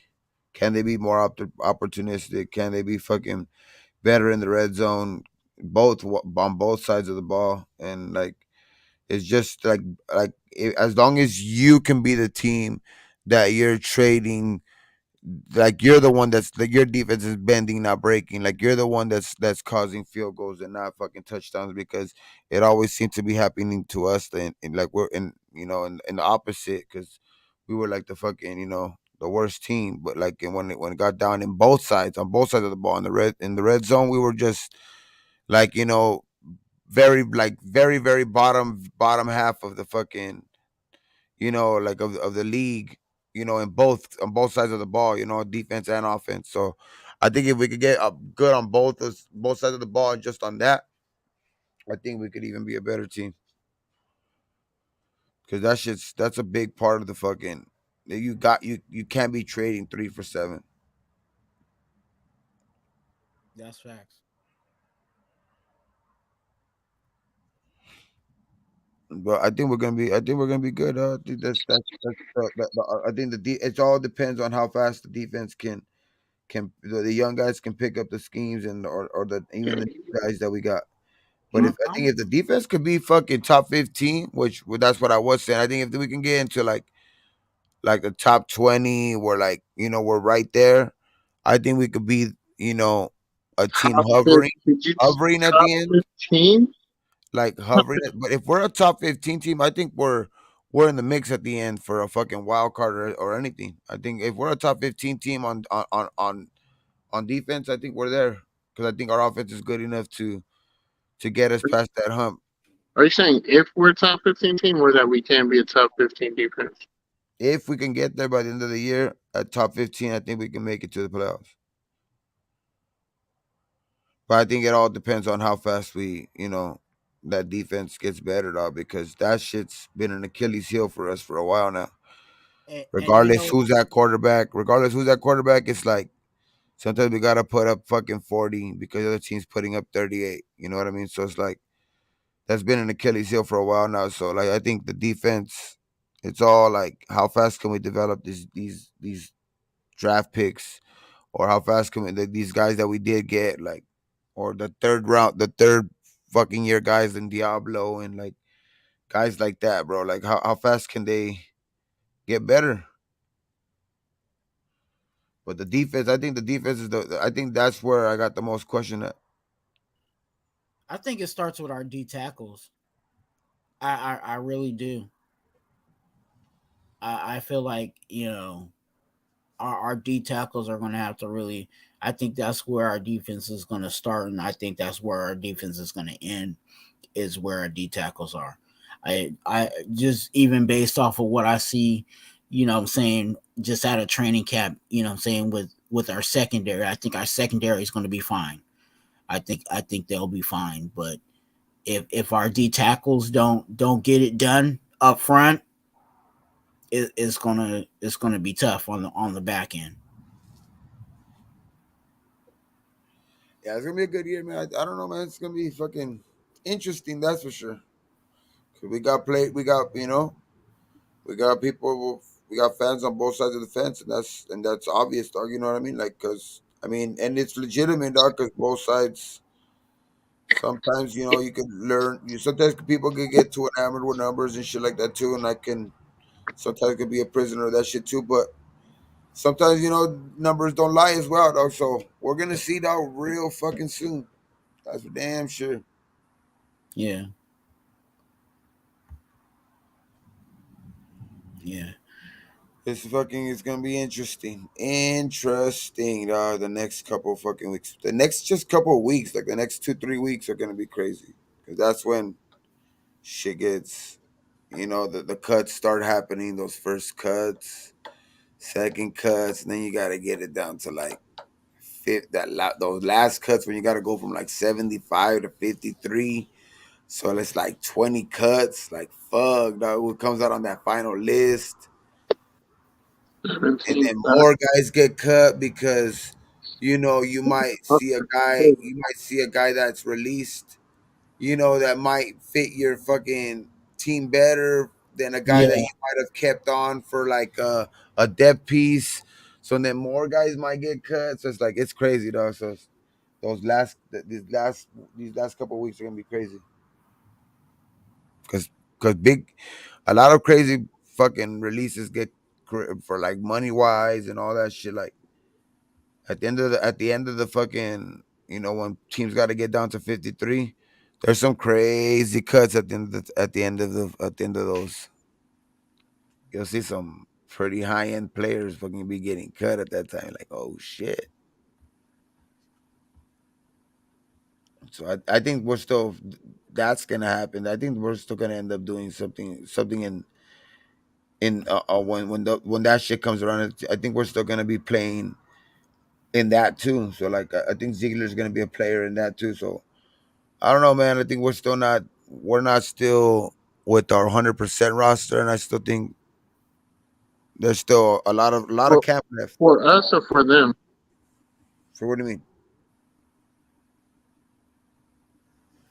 Oh, I'm talking about like at the end of like the preseason where those last cuts, you know what I mean? Where some teams let go of guys for like money reasons or shit like that might not work out for them, and it's like, oh shit, come over here. Like like that's happened even with us, like with like Rasul Douglas, you know what I mean? Where we let him go at the end of the fucking last cuts, and then he ended up going over there to Green Bay and becoming a fucking Pro Bowler. You know what I mean? That same year, you know what I mean? So it's like, so those are always some crazy ass cuts at the end of the fucking. Because I thought Rasul Douglas did good in that preseason, but we ended up cutting him that year. That show was fucked up. Ended up becoming a Pro Bowler for the damn fucking Green Bay Packers that same year. it was interesting because that the week that we got rid of him was when he got that flag. Yeah, so it's like that shit's it's crazy league, man. You know what I mean? Some crazy shit could happen in preseason, but and then you end up grabbing that player and he ends up working out for you. So we're gonna Yep. see at the end of this. It's gonna be interesting. Is JT gonna be right? I'm gonna be right. Who's gonna be right, dog? But I'll definitely keep that same energy. Don't trip, dog. We're gonna be talking during the season for sure. Oh, we definitely gonna be talking. You gonna be on the show. Hell yeah. I'm gonna have you next to your side by side. Hell yeah, dog. I'm gonna be celebrating. We'll be Where you at? celebrating wins, dog. I'm gonna be celebrating W's. Be like fucking like James Winston. I got us winning 7 games. Be eating dubs, dog. But we're a worse team than we are last year. Be eating dubs, dog. We're gonna be eating I got us winning dubs. 7 games, and we beat KC one of those games. Yeah. Yeah, the really only games we got fucking killed on are like the KC last game and the Saints. Those are the only two games we were really out of them. Niner game, even the Niner game, we were there. We were there for fucking Steelers game. That game was fucked up. The the Rams game was heartbreaking. Fucking Cardinals game. Like those games were just those especially those. The Rams and the fucking Cardinals game though. Because I think if the Rams or the Cardinals game, if those are switched and you go the other way around, we're a fucking playoff team, dog. We get in instead of the fucking who got in at the end. I think was it the Steelers that got in at the end. Yeah. Yeah. We would have been that team because they They got in with got that it. tie. Yeah, they got in. They They got had in a because tie. we won, I They think. were like 8-8-1. They were 8-8-1. It's just fuck, dog. We're like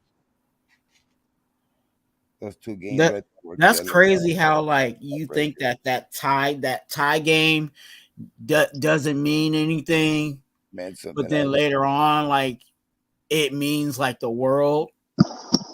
Like that's Especially last crazy. year. Cause like when they started doing that tie thing, I was like, man, this ain't gonna mean anything. And then I started looking at it, and I'm like, ooh, like that team is actually gonna get in the Nah, playoffs because of that freaking tie. yeah. Like, but that was fucking crazy. I love that the fucking Raiders won. And then, like, because no matter what, we were going to make it to the playoffs, right? Like, if we would have kept it at the tie. Uh And huh. 1 year we knocked the fucking Chargers out. And we made it to playoffs. We would have both made it to playoffs. But, like, fuck that. We're going to kick a fucking field goal and win, bitch. That was awesome, dog. That was awesome. Like, fuck the Chargers. Like, you don't fucking do any favors for those fucking teams, or especially in your division. Fuck that shit. You don't do any favors for them. That's like staying. He would have probably done the. That would probably been a different story. Like, you think it would have been a different story if it was Bill Belichick? If they were in that situation where, if if they tie Bill Belichick, like the Patriots and the Raiders go to the playoffs, Nah, his former coach, you think he nah, does the same thing? nah. Or He he he ties? wouldn't. He wouldn't. Cause He he goes to he the tie? always McDaniel's always wants to get his rocks off. So if he can beat Daddy, he gonna try to do it. Okay. I don't think he would be like, oh yeah, I like Bill Belichick. I'm gonna let him get some too. Let's Nah. just tie. Let's just tie and both go in. You There's think certain they'll go for the there's certain jugular? and I hate to say this, but there's certain teams that I know, like for sure, like week one, he's gonna try to give it to the Broncos. Oh He's gonna yeah. try his best to Oh try to give yeah. it to the Broncos. You know what I'm saying?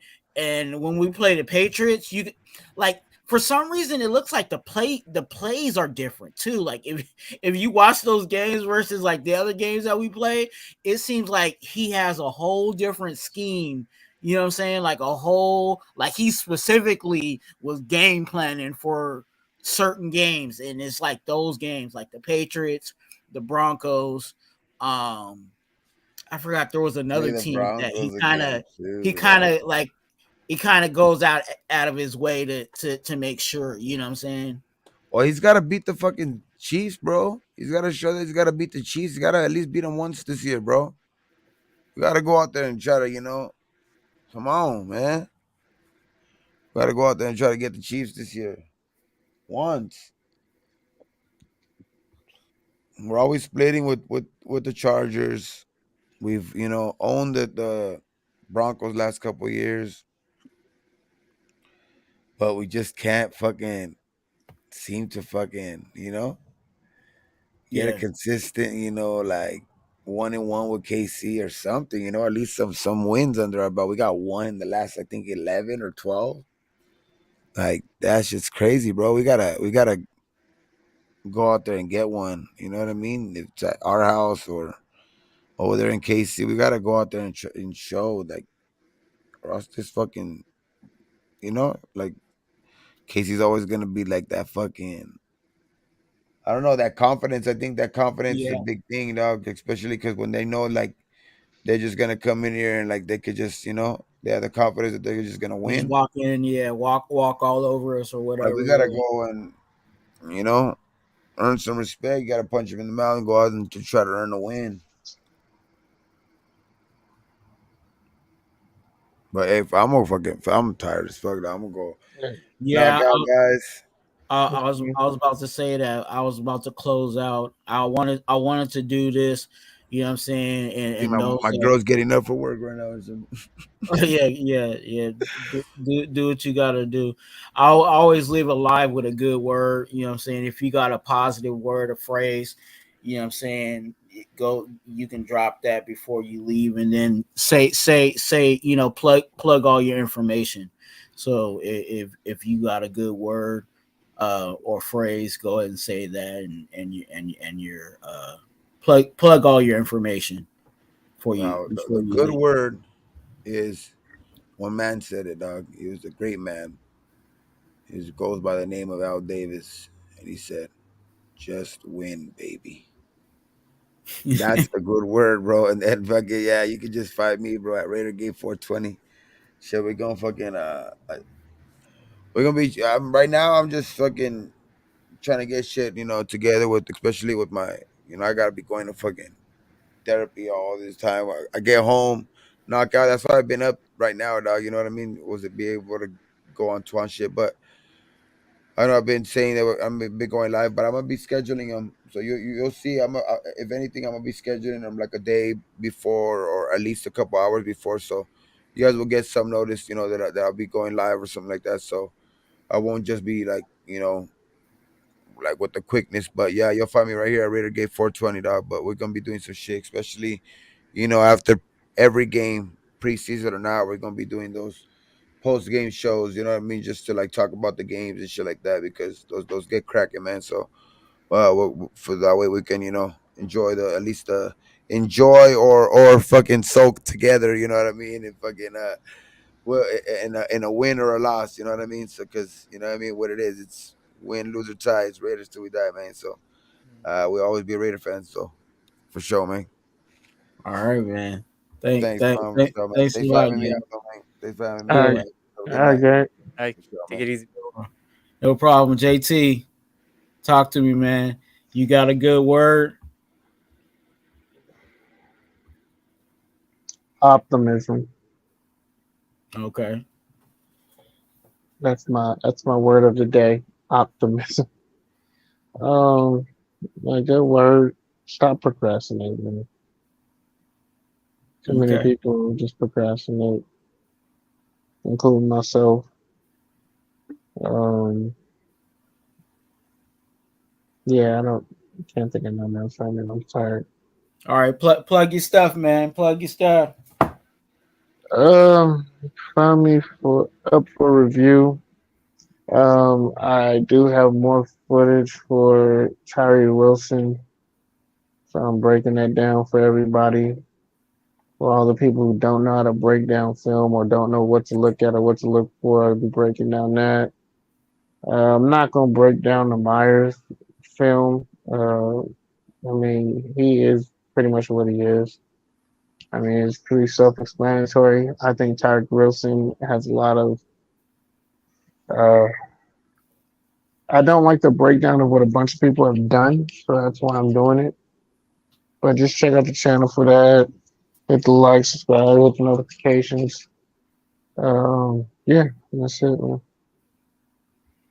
All right, man. Thank you so much.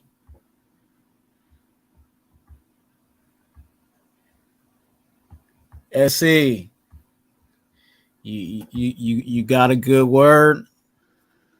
Blessings, because every day is a blessing to be, waking up.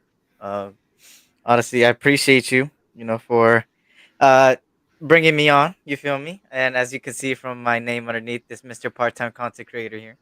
Um, I'm gonna be back, and I keep saying I'm gonna be back, and I don't do it, but it's game week, anyways. After this week, next week it's game week, so pretty much. So I'm gonna be back next week for sure. I'm not gonna say a day, cause then I'm gonna go back on my word again, and then everybody's gonna be on my ass. So next week for sure, man. So I appreciate you, Twan. Appreciate the conversation, JT, Gabe, Gravy, and Absolutely. everybody in the chat, man. It's good to see everybody here, man. Good and well. And to those that, like I said, are going through the tough times, remember, tough times never last, but tough people do, man. You guys are some tough people. So again, appreciate you guys. And yeah. All right. Thank you, SE. Remember, Ask Twan, you know what I'm saying? Hit me up on hit me in the chat with a Raider related question or a life question with hashtag all caps Ask Twan. And then if it's a good question, I will actually do a highlight a video specifically on that question. So definitely put that in the comment section. Hashtag ask, and make sure you put hashtag Ask Twan, because that is actually my indicator that lets me know that you want that question to be um, in a possible rotation of being a highlighted video. So my good word is what I'm actually going to close out with.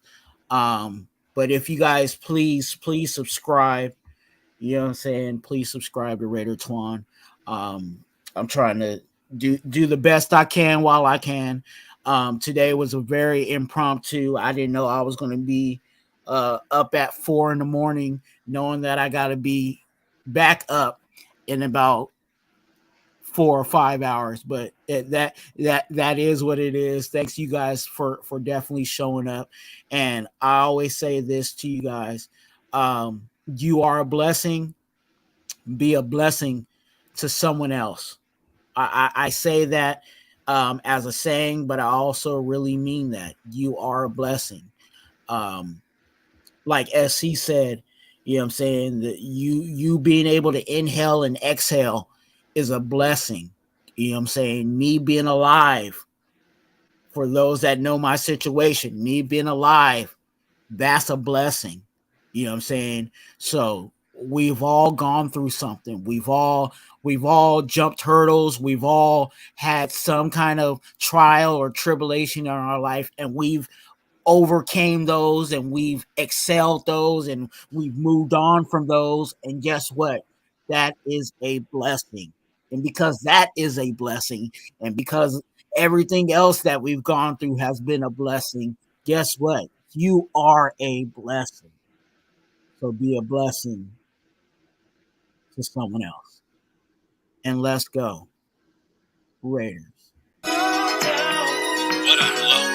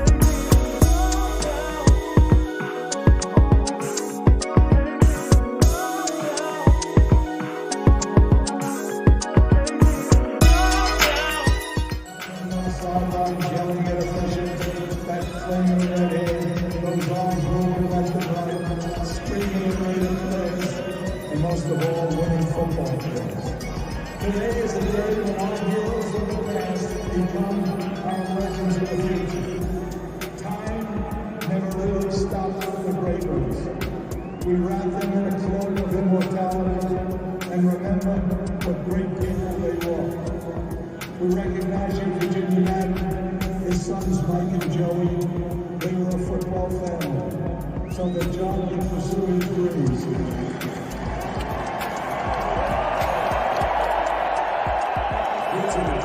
To Raider Twuan and a tribute to John Madden and Al Jenkins, who declared that the fire that burns the brightest in the Raiders organization is the will to win.